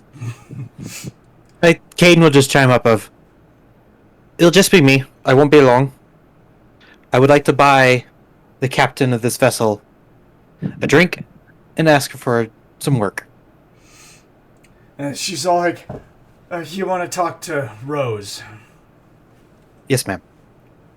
So she's going to point up at the place where you guys were sitting upstairs, the exact same table. She's going to point up there. Okay. Kayden will go to the bar. How much was it for a human portion of the good beer? Or 8 gold for that one. all right, Yeah. yeah. Knock that off. Okay. And so you are going to go upstairs? Yeah, he's gonna walk upstairs. So you're being followed by Thar and LeeLuu at a minimum. You're not getting away from her, not in this place, not now. Yeah. Yeah, and not much he can do. Yeah. So, And he is going to. Zoljin, you're going to have to stay down here. Those stairs don't look like they hold you, big guy. Just hold on. Hey, you can reach up over the banister or something, you know. No, not really. Yeah. Oh, Just it's waiting for that the peanut tall? gallery to be quiet. Yeah, it's pretty high. It's pretty high up there. Yeah. I know. So Kayden. Zoljin's standing straight up. I mean, he's 13 feet tall, but it's higher than that to get up there. I mean, you're looking at like again. I'll point to like one of the Skyrim Great Halls. I mean, it's tall. And they really like to have their seat where they can see everything. 20, 30 at the apex. Well, you gotta have, if you're gonna have something this big, especially with alcoves, all that smoke and shit, it's gotta go somewhere, so you create air up there for it to go to the best you can. So Well, the air's going to be moving tonight. At least it better be, knowing her sensibilities. this place could benefit from air elemental going through it about a dozen times. Yeah. Gonna look at her like, how much am I getting paid for this? Nara's about to be exhausted real quick. All her PPE is going to be gone. And hopefully she doesn't mess up and accidentally summon like Yasi Bin's avatar or something. But Oh no. that'd be hot. Well, the building's cleared out entirely.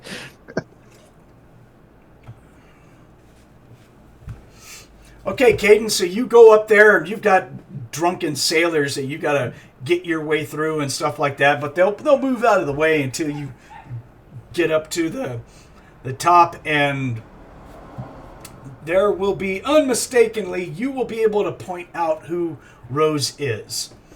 Yeah. She is a, say, late 30s, redhead, who is in pretty decent shape, looks good.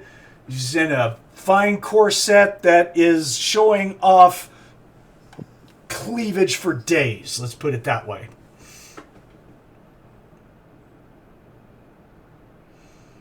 And her second mate's going to be there, and he's just kind of sitting there, sipping, smiling at you guys like, hey, I know these bunch of fuckholes. Yeah. Hey, cockbuck me the last time. This is why he's not. He's just probably gonna nod at him at the most.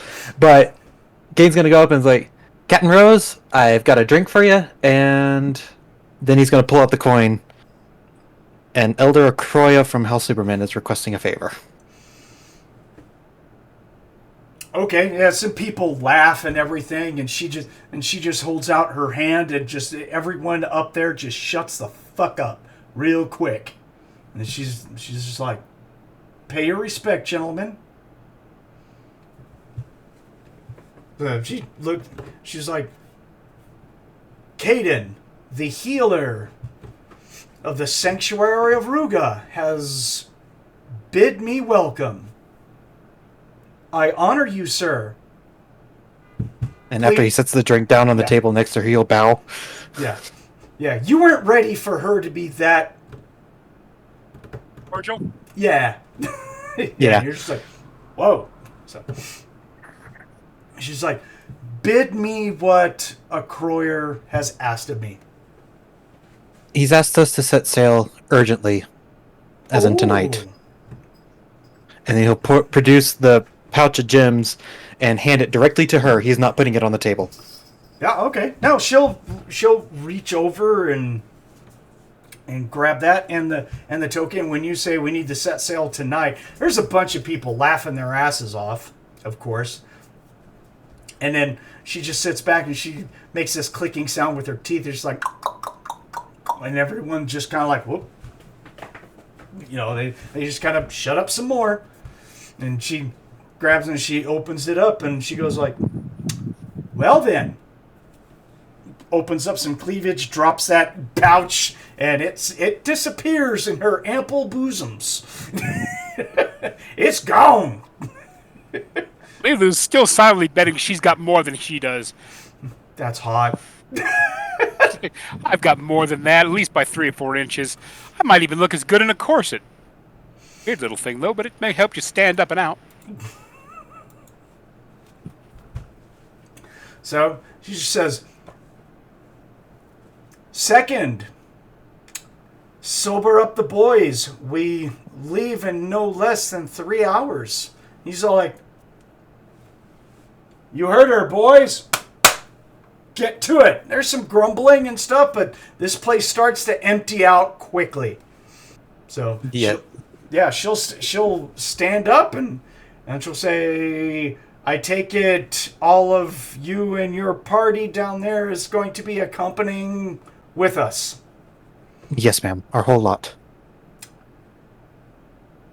So when we get there, I'm putting you guys on a couple of boats, and that's it. Yes. Because there is no place on that island to dock. The things that live there have made sure that no ship is going to dock there. We'll get you there. All we ask is that you stay a safe distance away that we can come back once we get what we need. Maybe. We'll see. Keep moving if you must. Let's go to my ship and start looking at the maps. Yep.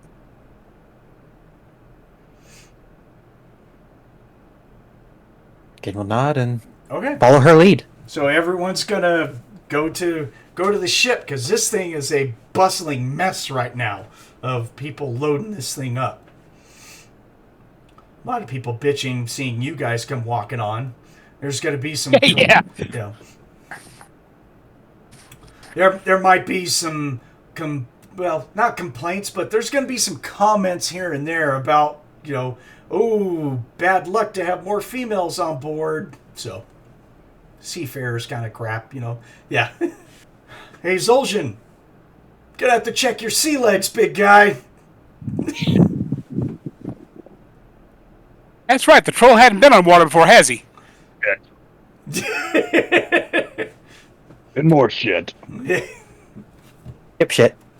They really don't have staterooms down below or anything that's made for a troll. So I'm unfortunately, staying on the deck. yeah, you're gonna be outside in the weather, big guy. I don't care. Right. He needs the air. Right. Right. It's okay. Ardent will be hanging out with you. We did this last time, but let's just get the rolls out of the way for the new Yeah. characters. I remember poor Greg. Oh, God. Yeah. That was great. I need a saving throw. It's going to be physical endurance based. It's basically going to be the same as like lethal poison. So it's going to be a 14 is going to be the magic number. So I need a saving throw for the new characters to roll for seasickness to see if you guys can get used to this or how bad it's going to be on you. Would Ardent have any benefits just because of his life with the shipbuilders? Good question. Let me see here.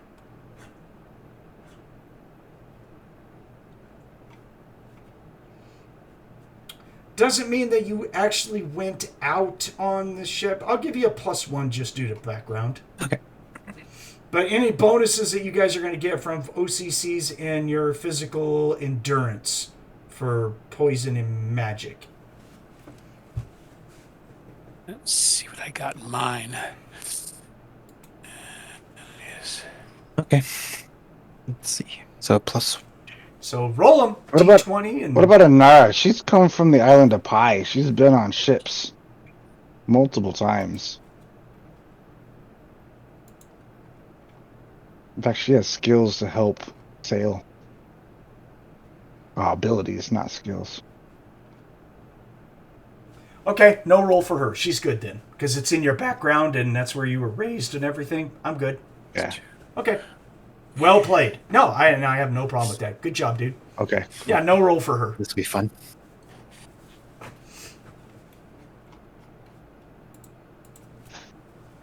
So Ardent, like, he makes his way under, and then immediately goes back up topside to hurl. What did he get? 5.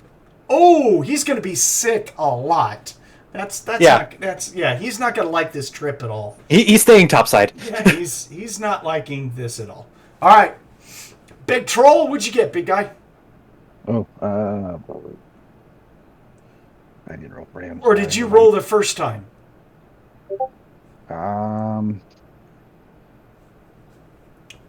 This is not lethal poison.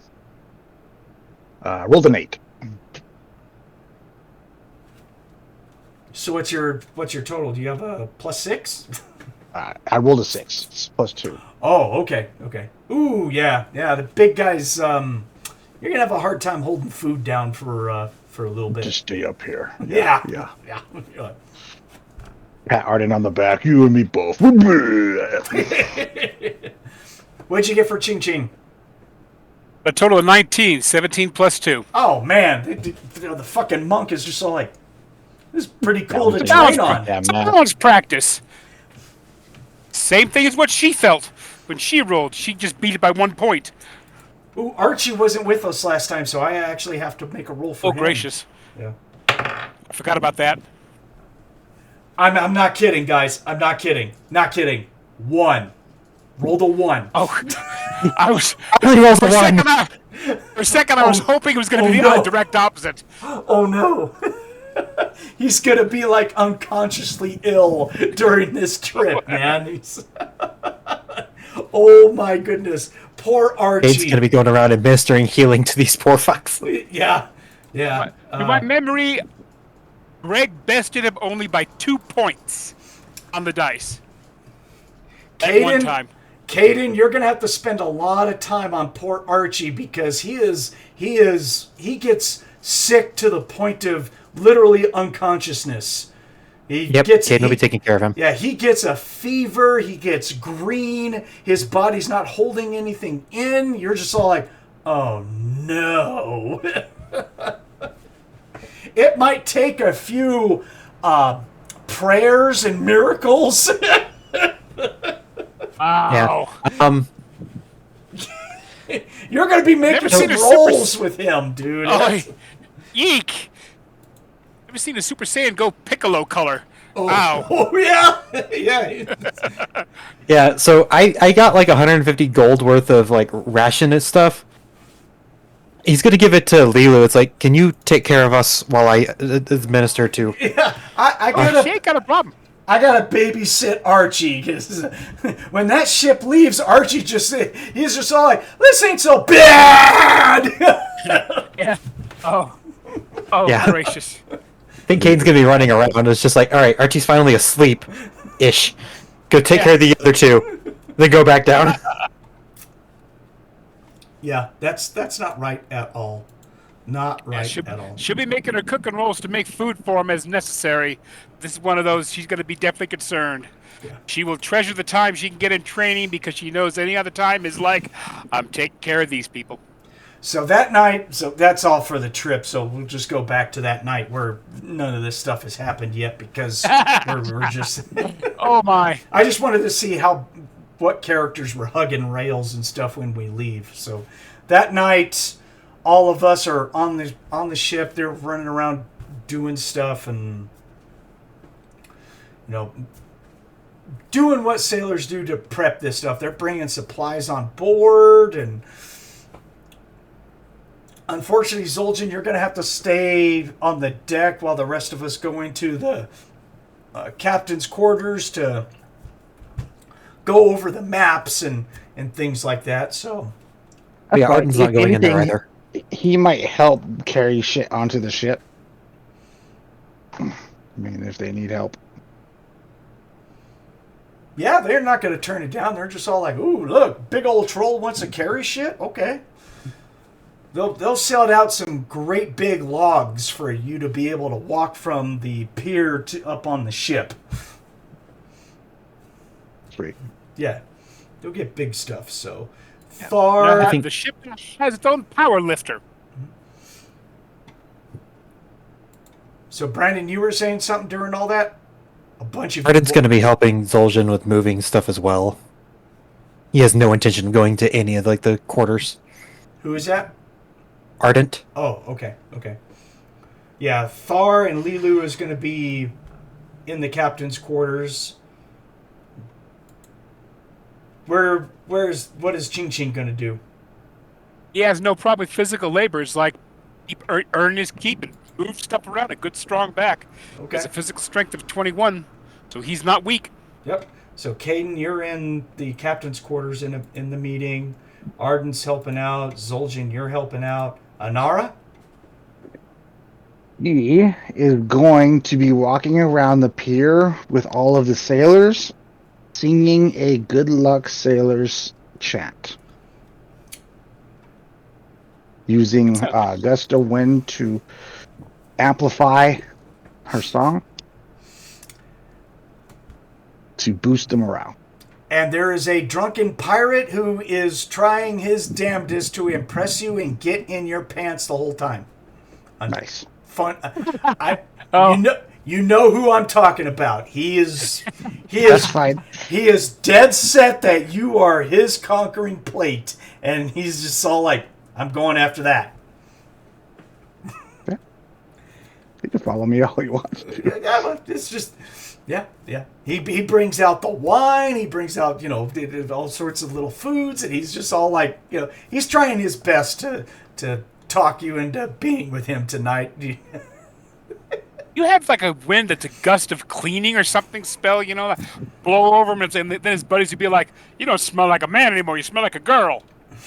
Give him that perfume smell that our great knight once had when he was held down and scrubbed clean. Oh no, he just continues to sing and walk along the pier and the boat and all that. Hamon's not a big fan of. Oh no, he's got. No, he doesn't. He doesn't have sailing or anything. Yeah, he's not a. He's a woodsy elf. He's not into the whole sailor stuff. But he passed last time, so he's just. He'll help move some stuff around. So yeah, Hamon will just be helping out. Actually, he's not going to be helping out. He's just kind of walking around the docks, and I will say that, yeah, he is going to be not talking to anyone. He's just hanging out on the docks, but he doesn't seem to be very far away from Anara, and he looks like he's kind of watching over her, making sure that that guy gets too close. He's envisioning, how many arrows can I put in his throat? Yeah. Well, got to be at least 2. Well, he just went up a level, so he has a greater number of attacks with his bow now. So he's like, that was one more extra. So yeah, he's just doing that, being Mr. Protector from afar, just kind of watching things. And what I would like now is everyone pretty much at the same time is going to, so there's going to be like some yelling that happens on the dock area, and then that yelling starts on the ship, and the yelling is basically like, hey, what's going on? And then there's going to be yells of, we're being boarded, we're being boarded, we're being boarded. Great. I need initiatives across the board. Does Thar have? Thar has an initiative of +3 for him. Oh, good lord. So Thar got a 5. That's annoying. Oh, of course. Okay. Well, that's actually a good thing. Hamon got a 22. Okay. Kayden, what'd you get for initiative? Aiden got an 8. 8. Okay. I didn't roll for Archie. I got multiple people I have to roll for here. Where is his initiative? There. He's got a +2. So Archie gets a 10. Good enough. Zoljin. 15. 15. LeeLuu. LeeLuu with her bonus of +5 got a grand total of 12. Ugh. Ching-Ching rolled a natural 20. Okay, so apparently Ching-Ching wants to go first. Bing. Ardent. 17. 17 for Ardent. And Anara. 20. Ooh, Tainted. 20. Okay, so up at the very top. So Ching-Ching, you hear all this yelling. You're on the deck. You were just handing down some stuff into the hold, but you're still on top of the ship when your senses kicked around that you felt movement, and you turn around, and about 8 feet behind you is the railing to the side of the ship that goes out to, you're on the side of the ship that looks out to the ocean. Coming up over the ship is a wild-looking male human in tattered clothes. He has deathly gray skin, no hair, he's bald. His eyes are bright red. He has elongated fingernails, and his mouth is filled with sharpie, oversized fangs. Okay. I definitely feel this thing is hostile. I think it means to do me harm. Yay. Do you have... Yeah, you have Lore, Demon, and Monster. You can roll it. Yes. You stand up and I'll get right over there and do that. Since he has never seen these things before and he has not yet made a chance to roll. So hopefully the dice will be good. Up there. Shifting clothing. All right.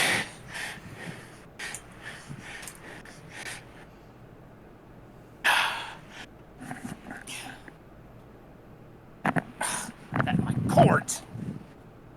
There we go. Get my cords in the right place so I don't trip on them. Let's see. Can anyone say edit? I can't. I gotta move around these damn fucking breathing cords. So annoying. Here we go. 48.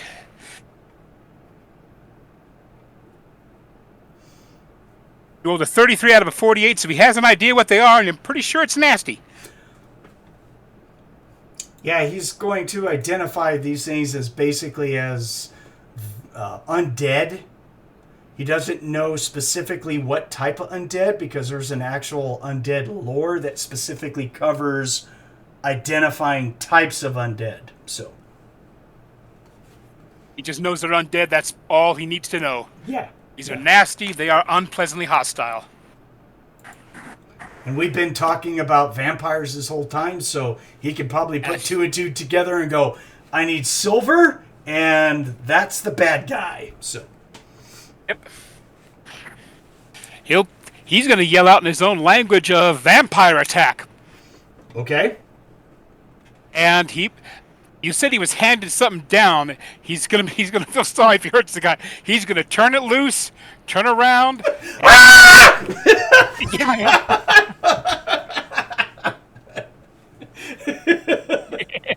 Sorry. Oh, that only cost me 5 PPE. Going to turn around basically. Focus himself and then deliver a spiritual strike against the creature. That's the nearest immediate weapon. His staff would be down there probably on the deck somewhere, since he's picking up stuff and moving it around. Because I have not asked you yet whether or not he could actually have like the equivalent of a sling or something. He's 7 feet, his staff is 8 feet. I don't know, but you would allow him to have like some kind of a back sling, just something to slide his staff into. I would assume that you would have something like that, yeah. As if so, then he's going to basically whip out the silver tipped and do the same thing. Focus, swing, better momentum, deliver spirit strike attack. Burn my 5 PPE. I just want to look up the Spirit Strike. I know it applies towards dragons and elementals. I'm just wondering... Dragons, elementals, any supernatural, as long as I use a punch, kick, or a staff, it inflicts triple damage if I hit. And I burn 2d6 PPE with each attack. Okay. Okay. So... Oh, you don't have your bonus to strike on here. Oh. Page 72. Because you basically don't have one there. The weapon for you don't have a bonus with your physical prowess or your hand-to-hand. 1 point shy of it. Yeah, yeah. 1 frickin' little point. But you get a +1 for the weapon efficiency, and you get a +1 for your stick fighting. So you have a +2 to strike with Make an your immediate note of that. staff. Yep. All right, so it doesn't... Spirit Strike doesn't add anything to strike. It's just a damage multiplier. They are considered supernatural. So, yeah. Ooh, that's gonna be fun. So D20 +2 to smack them. Go for it. 30-20. Okay. These creatures, because of they trust in their invulnerability and how tough they are and stuff, they don't ever dodge or try and parry. They just accept blows because it's the... You just soak it. It's like... Yeah. These are... As... These are wild vampires. So they Very not good. yeah, they do not. Their single-minded focus is get to that and eat it, kill it, do whatever I can nasty to it. They don't.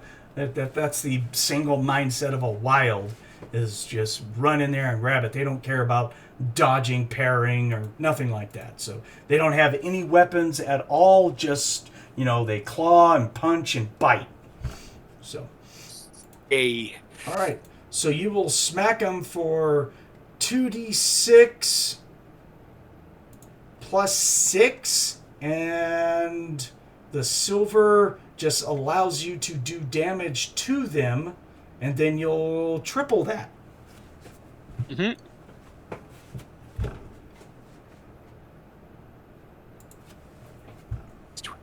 14 times 3, 30, 38, 42. Okay. So I'm right with the quarterstaff is... Yeah, damage is 2d6. Just making sure. So yeah, your damage is 2d6 plus 6. Got it. 30 what? 42. Oh, 42. I thought it was... Cool. You just do the modified part of a baseball bat swing and smack him in the side. You can see your staff sinks cleanly into him rather messily. He doesn't flinch, doesn't move, no knockback, nothing. You just slam into him, pull your staff out, a bunch of goo goes over the deck, but he's still perched up on the railing as he's coming over it. Like, okay, yeah, that hurt. He's going to make like a hissing sound, and some nasty goo of greenish, blackish, bluish, colors is going to come frothing out of his mouth as he just hisses at you. Just wah.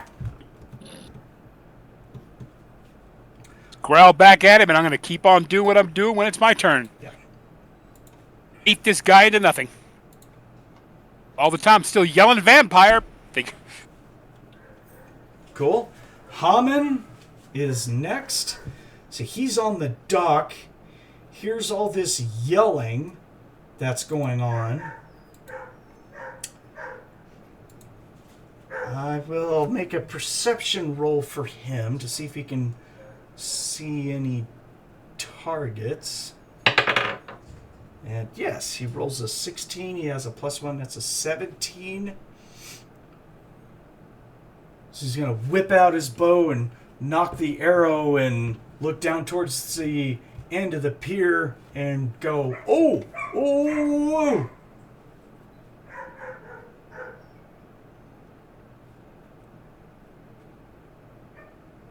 He does not have any sort of demon and monster lore. Yeah. Okay. So he's just gonna stay where he's at, and he'll yell out, "Hey, Miss Anara, over here! I think it's those dead guys!" And take a shot. He doesn't have time to do a 2-attack sniper shot because he had to draw out his bow. It's part of his movement. So he's just going to do a normal shot out of his magic longbow to go hit a vampire down the way. So he'll be at +6 to hit, since he can't do sniper. So he rolls a 13. That turns into a 19. That's gonna thunk right into that creature. So that's 4d6 plus 2. And this will do damage because it's magic based. 5, 6, 7, 8, 12, 16 hit points of damage to that one. Okay. It's going to be that one. 16.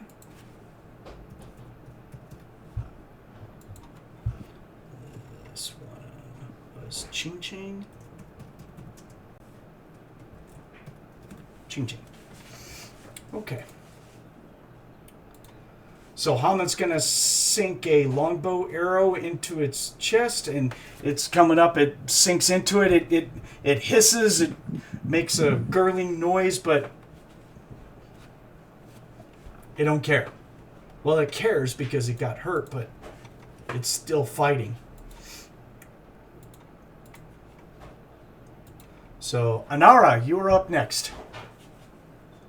We know if magical spells have effects on these guys, like damage-wise. Do you have a lore of anything? Or is this your first time fighting vampires? First time. More magic. Yeah, I didn't know if we had all communicated about it earlier. Since we knew about the silver. Yeah, you need the lore undead to really know if magic affects them. So it's kind of gonna be a I don't know kind of thing. You see a bunch of them on the end of the pier?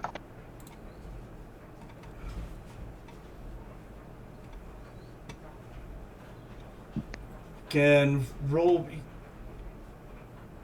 If you want to look for others, it'll be a perception roll. If you want to pay attention to the one that he just hit, because none of the other ones have gone yet. You're kind of preempting any of them, so all I've got is the one on the pier. So you can see the one that Hamon just hit.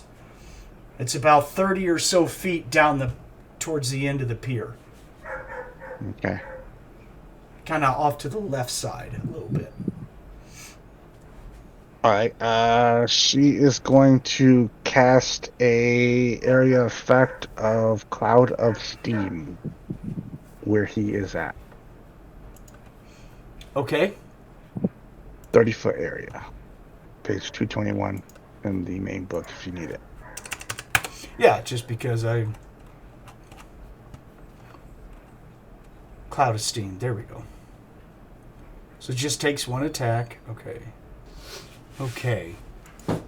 Got the wording on here is really weird. Alright. So I'll make a saving throw for him. Unfortunately, there's going to be some saving throws for certain sailors that are down in that area, within the area of attack. But it just blinds people, basically. Ooh, that vampire's in trouble. A couple of other guys. Oh, make it. Yeah, so you'll conjure up that hissing cloud of steam that covers that area. You will see the vampire that just got the arrow stuck in him as he's crawling up over there. He's gonna hiss and blink and kind of, do this a little bit. Like he's like, or not a little bit, a whole lot. And then there'll be some other sailors that are walking around kind of doing the same thing, trying to get away from the area. Let me roll damage. Yeah, give me a 2d6 roll, please. Yep. Okay. Because it is magic based, so I will say... 6. I'm sorry? 6. 6 it is. And that's got to be to the same one that Hamon was hitting. Okay.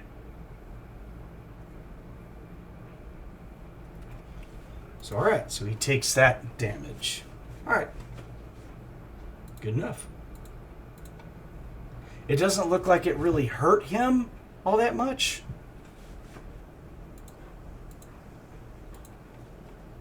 So, alright. Ardent. Has he heard anyone call out what these things are? I would assume at this time a whole bunch of people have been yelling out vampire this, vampire that, and stuff like that. I don't. Where are you going to be at? We will say that you were helping loading. Is that right? Yes. Okay. So you are carrying a 40-pound bag of grain, and you're right in the middle of the walkway going up the ship when this hell breaks loose. Crap. He's gonna run onto the deck, drop the bag of grain, and draw his crossbow. That's his entire attack. Okay, make me a perception check then. Because I assume you're going to be looking for targets. Yes. All right, roll it. 12. Ooh, you rolled terrible.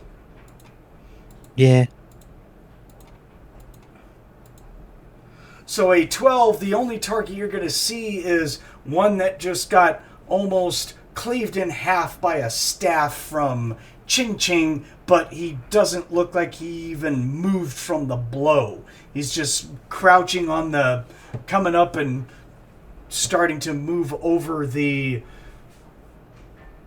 you know, the like banister of the boat, which might be unnerving to you. You're like, why didn't he go away? Oh. Yeah, and he's fumbling around. It's like, silver quiver. Yeah, he's a, holy crap, this must be those vampire things that we're talking about. So, yeah. Yeah, because he can't identify anything. Right, so you're just going off of what people said, and you're just like, that's not supposed to happen, holy crap, kind of thing. Okay. Got it. Zoljin! Where's he at? He is on the dock. He's just got these, like, rotating his shoulders, getting ready to pick up this big wooden crate of food stuff when all hell breaks loose. And you hear Hamon yelling, and maybe about 15 or so feet away towards the end of the docks, there's going to be a big old cloud of steam that magically pops up as well. You saw Hamon hit a vampire in the chest. You've identified vampires, right? So, Yeah. yeah. Instinctively, he's going to point his hand towards where the cloud of steam is at and cast Globe of Daylight. Ooh. Time to make a very bright orange cloud of steam, right? Yes. Yeah, you're like, put that there. Okay. Yeah, you create a globe of daylight, and there's going to be some unnatural hissing that goes on in this area. You're like, good. Like, go away. What level are you? Me? 4. Oh, that's going to be a bright area. 10 feet per level? 12 feet illumination per level. So 48 feet. Yeah. 38 feet. Oh, yeah. Oh, yeah. 4 times 12 is 48. Hooray! Oh, yeah. And you can move it. It's got a speed of 12 if you want. You're like, Nah. Go that away! Cast multiples. it does say it is daylight, but it doesn't do any damage to them. It just automatically repels. They have to immediately haul ass away from the globe of daylight. Right. The only time it would do damage, let me find it. Is if they are staked down and they can't get out of the range. Yeah. Yeah, if they're within their coffins and staked down. Right. And then I Right. pop a globe of daylight on top of them, and they just go. They can take 3d6 damage per minute. Yeah. It says 4d6 damage per melee round. I'm looking at Death by Sunlight, page 216 of the Western Empire book for... yeah. 204 Western Oh, Empire. it says if it's cast inside a vampire's coffin. The globe of daylight will awaken the fiend and do 3d6 damage per minute. That won't kill him because that's only 3d6 damage per minute, and they have regeneration every melee round. So, wow. But will definitely mess them up. That's what I found.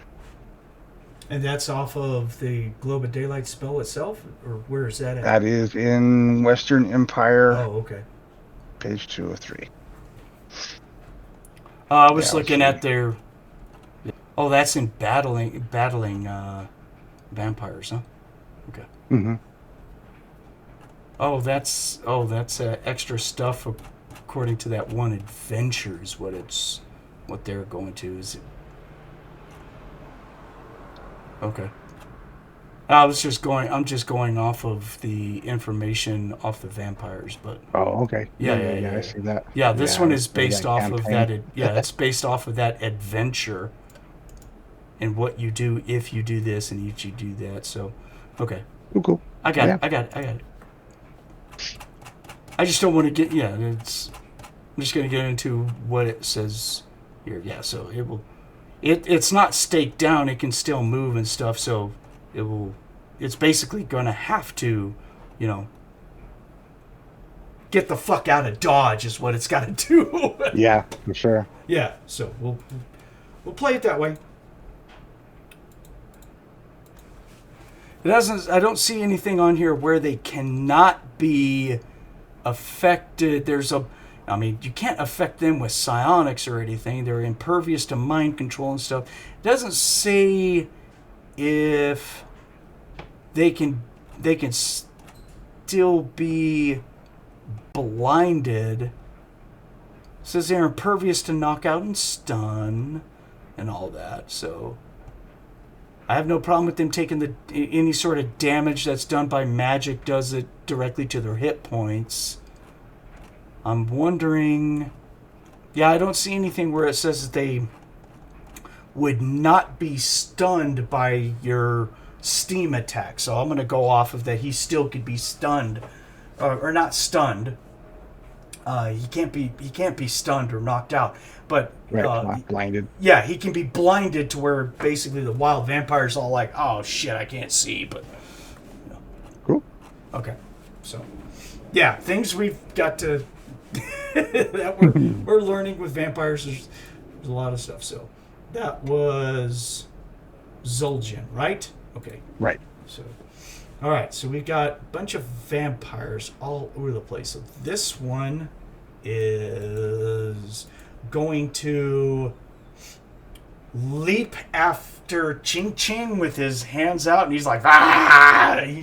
He looks like a wild feral animal. He doesn't really look like a human anymore, although he used to be a male human, but he's more thin, gaunt, animalistic. He's got goo leaking from him from the cavity in his side that you did with the staff, but it's obvious that doesn't bother him as he just charges forward and he's just slashing at you with his claws. Oh, goody. Yes. This for them is called fun. Here he comes.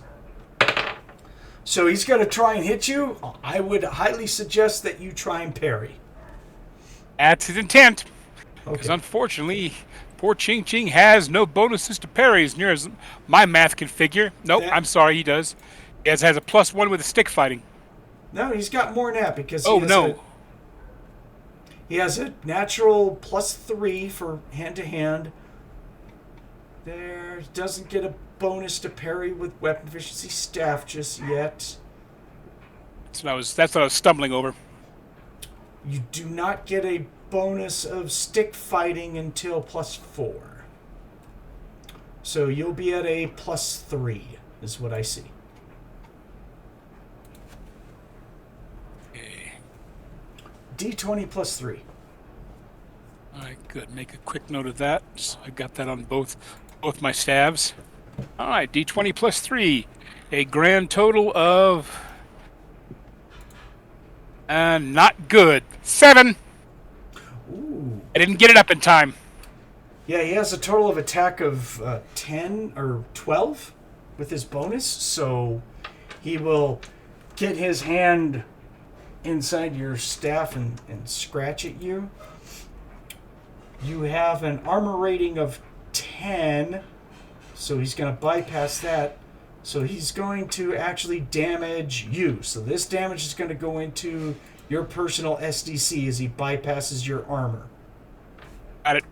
So he is rolling that. Okay. So, and his punch, or he's coming at you with his claws. You feel the impact of this, and you're like, that is stronger than any man I've ever been punched by. This is immensely powerful. And he's probably been punched by a few of them in the monastery. Even the masters didn't have a strength this terrible. And he's going to scratch you for 17 SDC damage. Hey.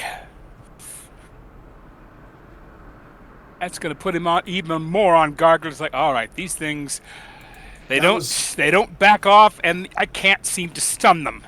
He was figuring that the spirit strike would at least stagger the creature.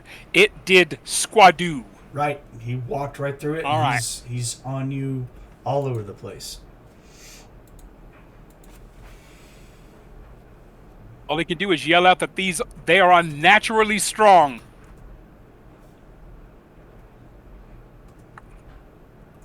And just to be on their guard, that's all he can do while he's defending himself. Okay, so the next one who's taken damage from Hamon and from the globe, and now he's got a globe of daylight at the end and everything. He's going to spend, or she, this wild vampire looks like it used to be a elven female.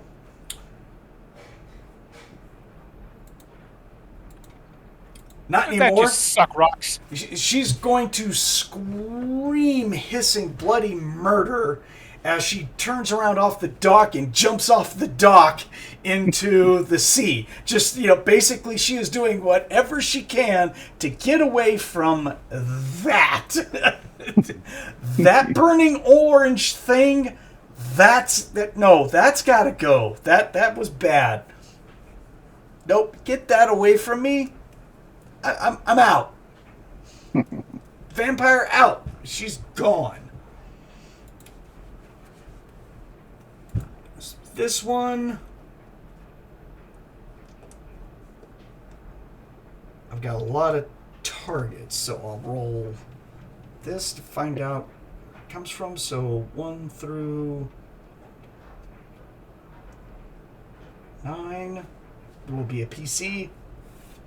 A 10 will basically be like a pirate or something like that. So yeah. So I'm rolling a D10, and if it's a 1 through 9, it will be that PC. If I roll a 10, it will be like a random pirate. So, you know what? To even the odd, to make the odds that it's there, I'll roll a D12. Okay. So that's a 3. That's Ching-Ching. Oh, good. Ching-Ching, you got another one that jumps up out of the water or the side of the ship following the last guy, and he attacks you. Hey, Faye, it's so fun being popular.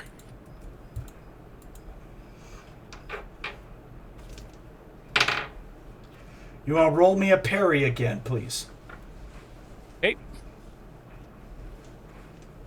Sheet.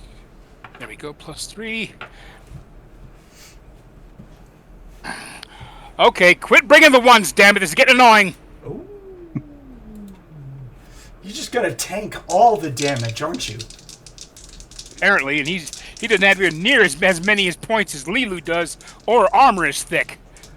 Well, he's going to bypass your armor because he got a 15 to hit, so your armor doesn't help you.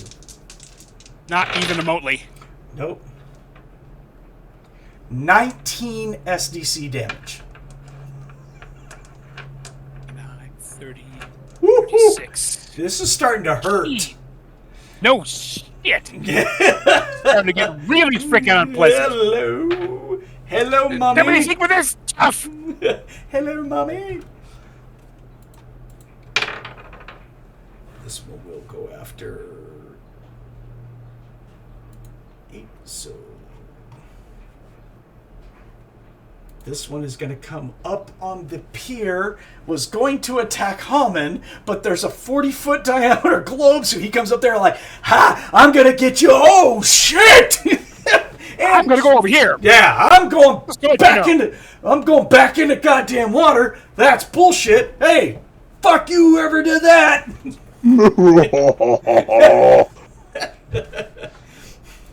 To hell with that noise. Okay, so the next one will be a random pirate dude over here.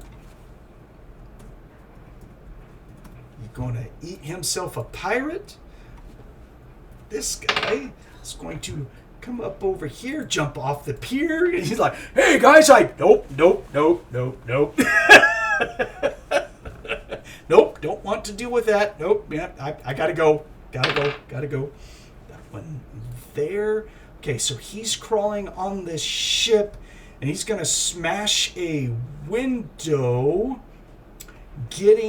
trying to get into the captain's quarters. So everyone who's in the captain's quarters has a vampire outside the ship that smashes a window and moves wood, and he's like, hi.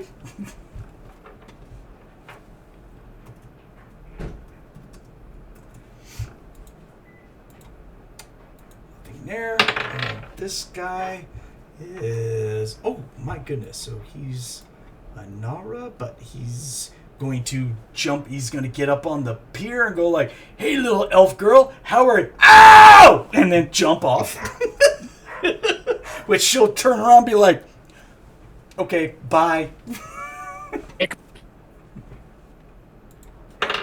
then that guy, okay, and that's on a pirate up on the ship. So eat a pirate is what he does. So that's the vampires. Okay. Yeah, a whole bunch of them jump all over the damn place. It's just, there's like more than half of them that jumped up on the pier and then jumped right the fuck back off of it. Like, gotta go. It hurts up here. This is bullcrap. Neat. Okay, LeeLuu, what you got?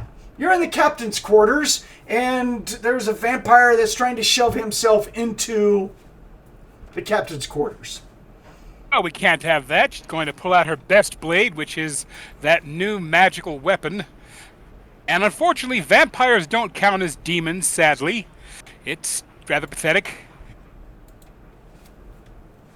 But it is a magic weapon, nonetheless. She's still going to pull it out and see. And you said there was one trying to, get through the window, or they're just trying to break down the door?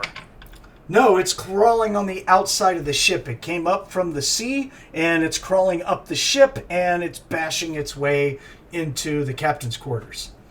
Then I'm going to try and get out there and distract it from damaging the captain or the quarters. Well, you're inside, so just run up to it and smack the crap out of it with your sword, basically. I'll beat the shit out of it. Gotcha. Right. Nice, simple, effective plan. D20 plus 5. Go for it. 19. Oh, that'll do it. All right, roll your damage. Ooh, 2d6 plus 15. Gotta put that on the damn. 18. Okay. Yeah, you put your... Seriously. Yes, sir. Please, go on. You put your sword into him, shove it right in his chest, draw it right back out, and he's just like, hey. Ah! The goo off. All right, goddammit.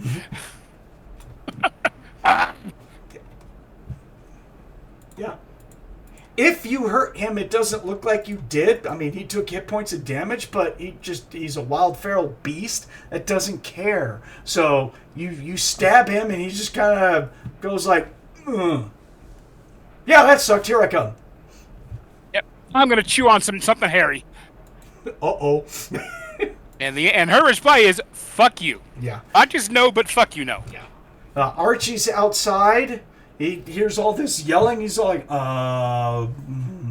he's on the ship, sees what's going on. Oh, he can go help out Ching-Ching. So he's got he pulls out his shield and his silver-plated longsword, and God, it's gonna take all of his movement to get the shield and sword ready and run over to help out Ching-Ching. So he's gonna run up next to Ching-Ching with the sword out and the shield, yelling out to him, "Get behind me! I will shield you!" Because that's what he does. Because he saw you took 2 nasty hits. He's like, "Oh, crap. Kayden? All hell's breaking loose." Well, where is Kayden at? Is he, I assume, captain's quarters? Yes, he is in the captain's quarters, and he's doing the same as, the pirate chick is. She's all like, that's uncool. And you see your Templar run up there and just start playing stab a bitch. How many magic weapons can I start, or how many weapons can I start touching in one round? Or one attack? One at a time, dude. Alright, well, I'm running. Okay, well, I guess I'm only doing the spell once then. I'm running up to LeeLuu. I'm tapping the hilt of her sword with what I could reach, making it holy to give it the Monster Slayer effect, and I'll post that in the chat. Yay! More damage to the undead. Yeah, it's plus 12 to undead. Woohoo! Oh, sweet. Oh, whoa. Massively sweet. Oh yeah. This basically is the holy thing, right? Yes. Ah, yeah. Go for it. Effect number 3. Because I pick one of the 4 effects. That'll help. And then Thar, who's just all like, oh, way down. I'm gonna go help LeeLuu out here. Let's play Stab a Vampire. This sounds like a great idea. Plus 9 to hit. Yeah, I rolled a 4, but it's still a hit. It's a 13, so it will tag a vampire. So excellent. 3d6 plus 16.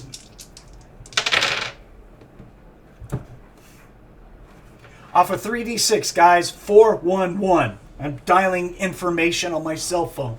So I know the feeling, trust me. Bleh. Roll my damage. Oh, look. 1, 2. A. Yeah. I still do 22, so. Better than me.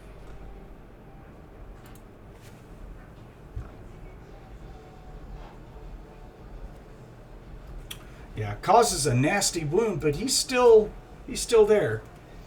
I'm gonna chop into him something terrible. He's still gonna be there looking at us, going like, "Is that all you got?" If he could say that as a wild vampire. Feral turds that they are. So, okay. And that'll be it for attack 1 of round 1. And gentlemen, we're gonna have to stop there.